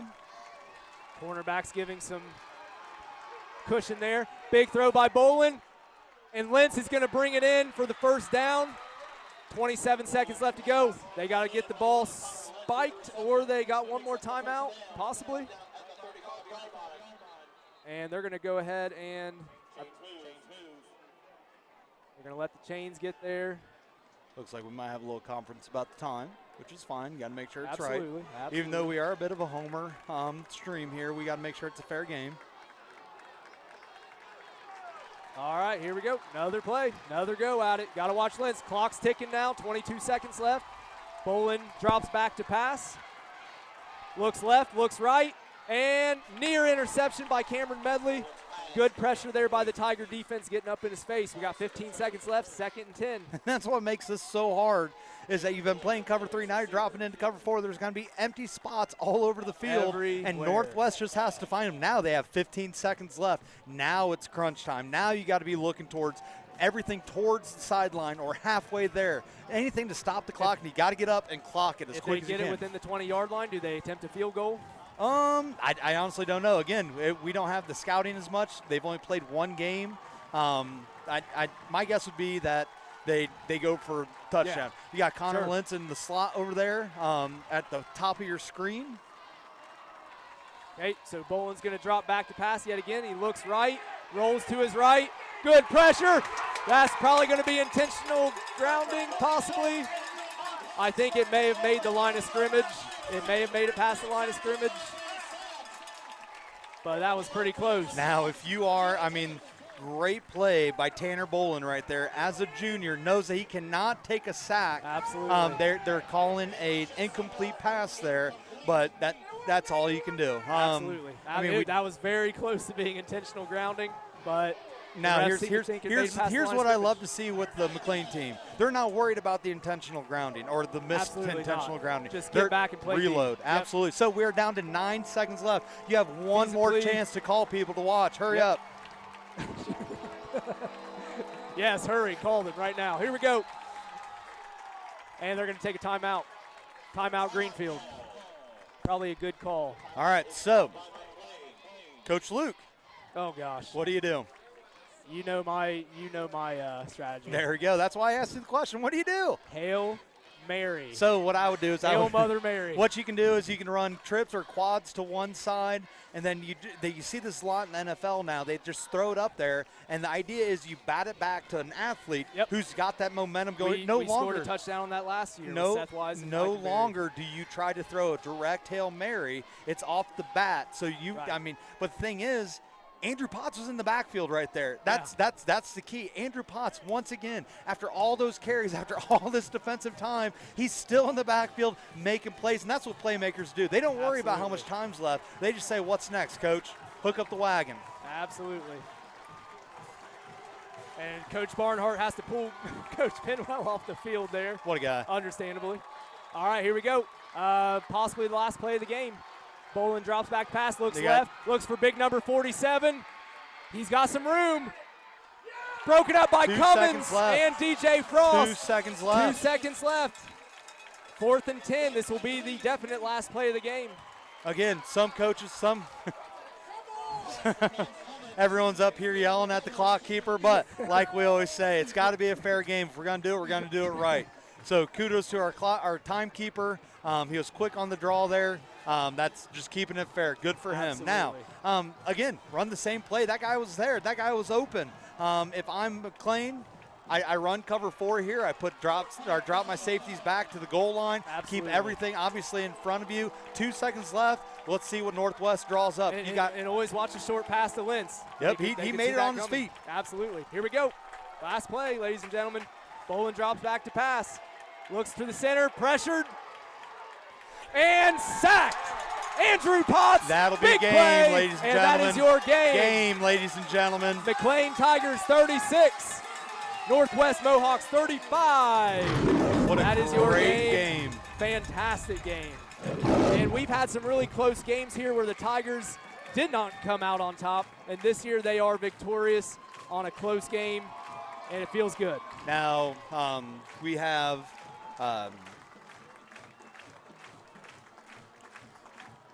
Tanner Bolin still down over there. We hope that oh yes, it's absolutely.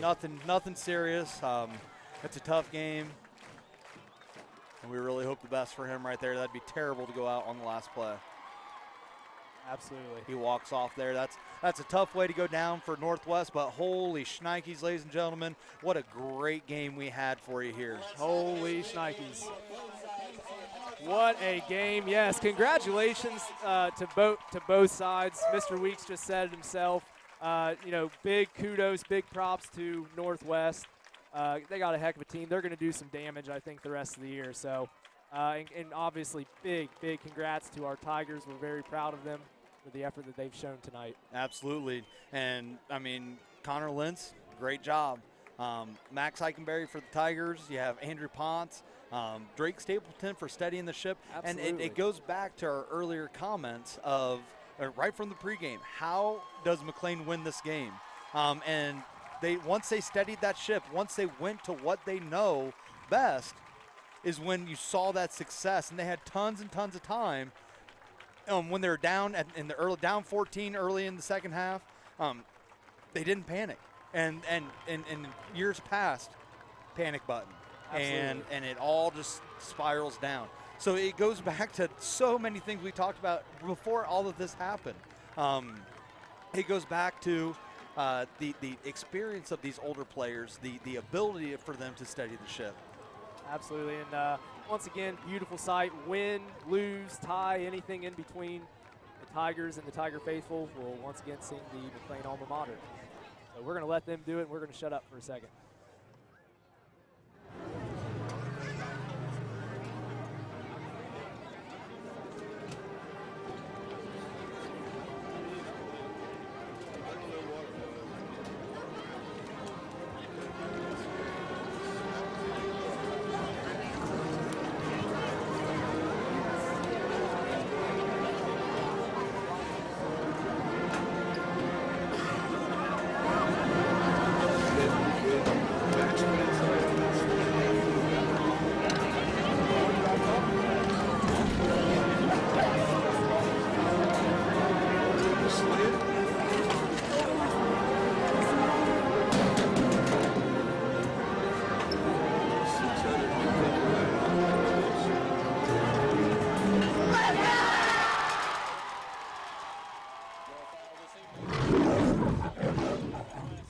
again, big props, big thanks goes out to the McLean Tiger Band and just all the wonderful work they've done. Mr. Duffus has done a great job with them, and Mrs. Weeks has also done a great job with the Tigerettes. Got to give a shout out to also Vanessa Pinwell with the McLean cheerleaders. Once again, the time, effort, your own money you're putting into these things, we got to give big props to them, as well as Coach Pinwell, who is now 2-0 for the year. Absolutely. What a great start for these McLean Tigers. 2 great games. I mean, there's always things that you can fix. As a football team, there's always things you can work on. But think about the steadiness of the ship that they ran. Think about that. They did a great job as Coach Hurt and Coach Gossett come out of the booth up here. They had a great game call from up top. And I'm actually surprised I didn't hear Coach Gossett yell one single time. Yeah, absolutely. I think we're kind of in the right area to hear that, but we didn't. You're right. Yeah. I think he's tamed down a little bit. Now I heard plenty of Mr. Roman though. he loves these games. He's very passionate. So let's just give a quick rundown of how the game went again. Charlie Roman was nice enough to send me some of the game breakdown here. So back in the first quarter action, number 3 Drake Stapleton's pass was complete to Max Eikenberry for 21 yards for the touchdown. That put the score at 7-0. Later on in the first quarter, Andrew Potts ran it in for a 1-yard touchdown to make it 14-0. Going to the second quarter, Northwest intercepted Stapleton's pass for a touchdown. That was Connor Lentz. That made the score 14-7. Northwest later in the second quarter, soon after, Tanner Boland's pass was complete to Connor Lentz for 30 yards. That made the score tied. And early on in the third quarter, Andrew Potts' punt to number 12, Tanner Boland, was returned for 75 yards. I believe that may have actually been another McDermott player, if I'm not right or wrong there. Third quarter again, Drake Stapleton's pass intended for a teammate. It was intercepted by number 4, Carter Runyon, and run back for a touchdown. And then later in the third quarter, Andrew Potts ran it in for 12 yards to make the score 27-21, McDermott still. With a couple minutes left in the third, Tanner Boland's pass to Michael Bender was complete for a 15-yard touchdown to make the score 35-21. But McLean finished strong with 8 minutes left to go in the fourth quarter. Drake Stapleton's pass was complete to Max Eikenberry for the second time, making it the score of 35-28. And then with a minute and 46 left to go, Andrew Potts ran it in for 6 yards, and the 2-point conversion was also good by Mr. Potts to make the final score 36-35. McLean Tigers are victorious tonight. Total offense, McDermott Northwest 215 yards, McLean 410. Number of plays, McDermott was 47 to McLean 68, so that's big when you are getting that large lion's share of the plays there. In terms of passing, 119 yards for Northwest, 157 for McLean. Rushing, 96 for McDermott, 253 for McLean. That was huge. Receiving, same as passing, we'll say that. Penalties, both teams, 8 penalties. McLean had 95 yards, and McDermott had 41. 3 turnovers for McLean to McDermott's 2. And sacks. 1 sack for McLean, none for Northwest. And that's looks to be about it. Well, Mr. Luke? Yeah, we're gonna hush up for another second and let you guys listen to the band. We'll do some closing remarks and get off here.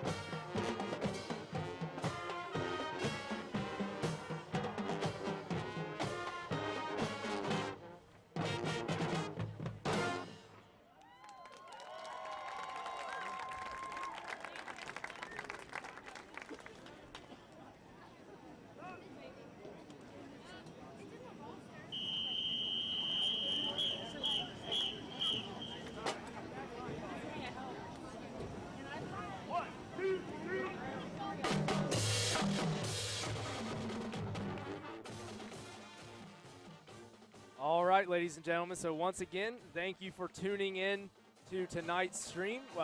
We will be back again next week as you see the schedule on the screen. So it looks like next week we'll be playing Zane Trace at home. So tune in next week, same time, same place. Once again, congratulations to the McLean Tigers. Great, hard-fought effort by the Northwest Mohawks as well. Coach Snyder, you got any closing remarks? What a great game. What a great, fantastic game. I mean, both sides, hard-fought both ways.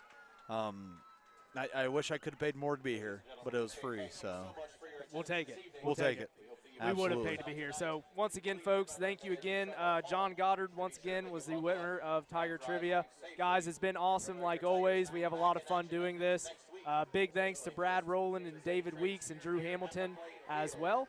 And our student helpers as well. It takes a team to run this, and we greatly appreciate everyone on this. So once again, see you guys next week. Big kudos to the Tiger football team tonight. Go Tigers. Bye-bye.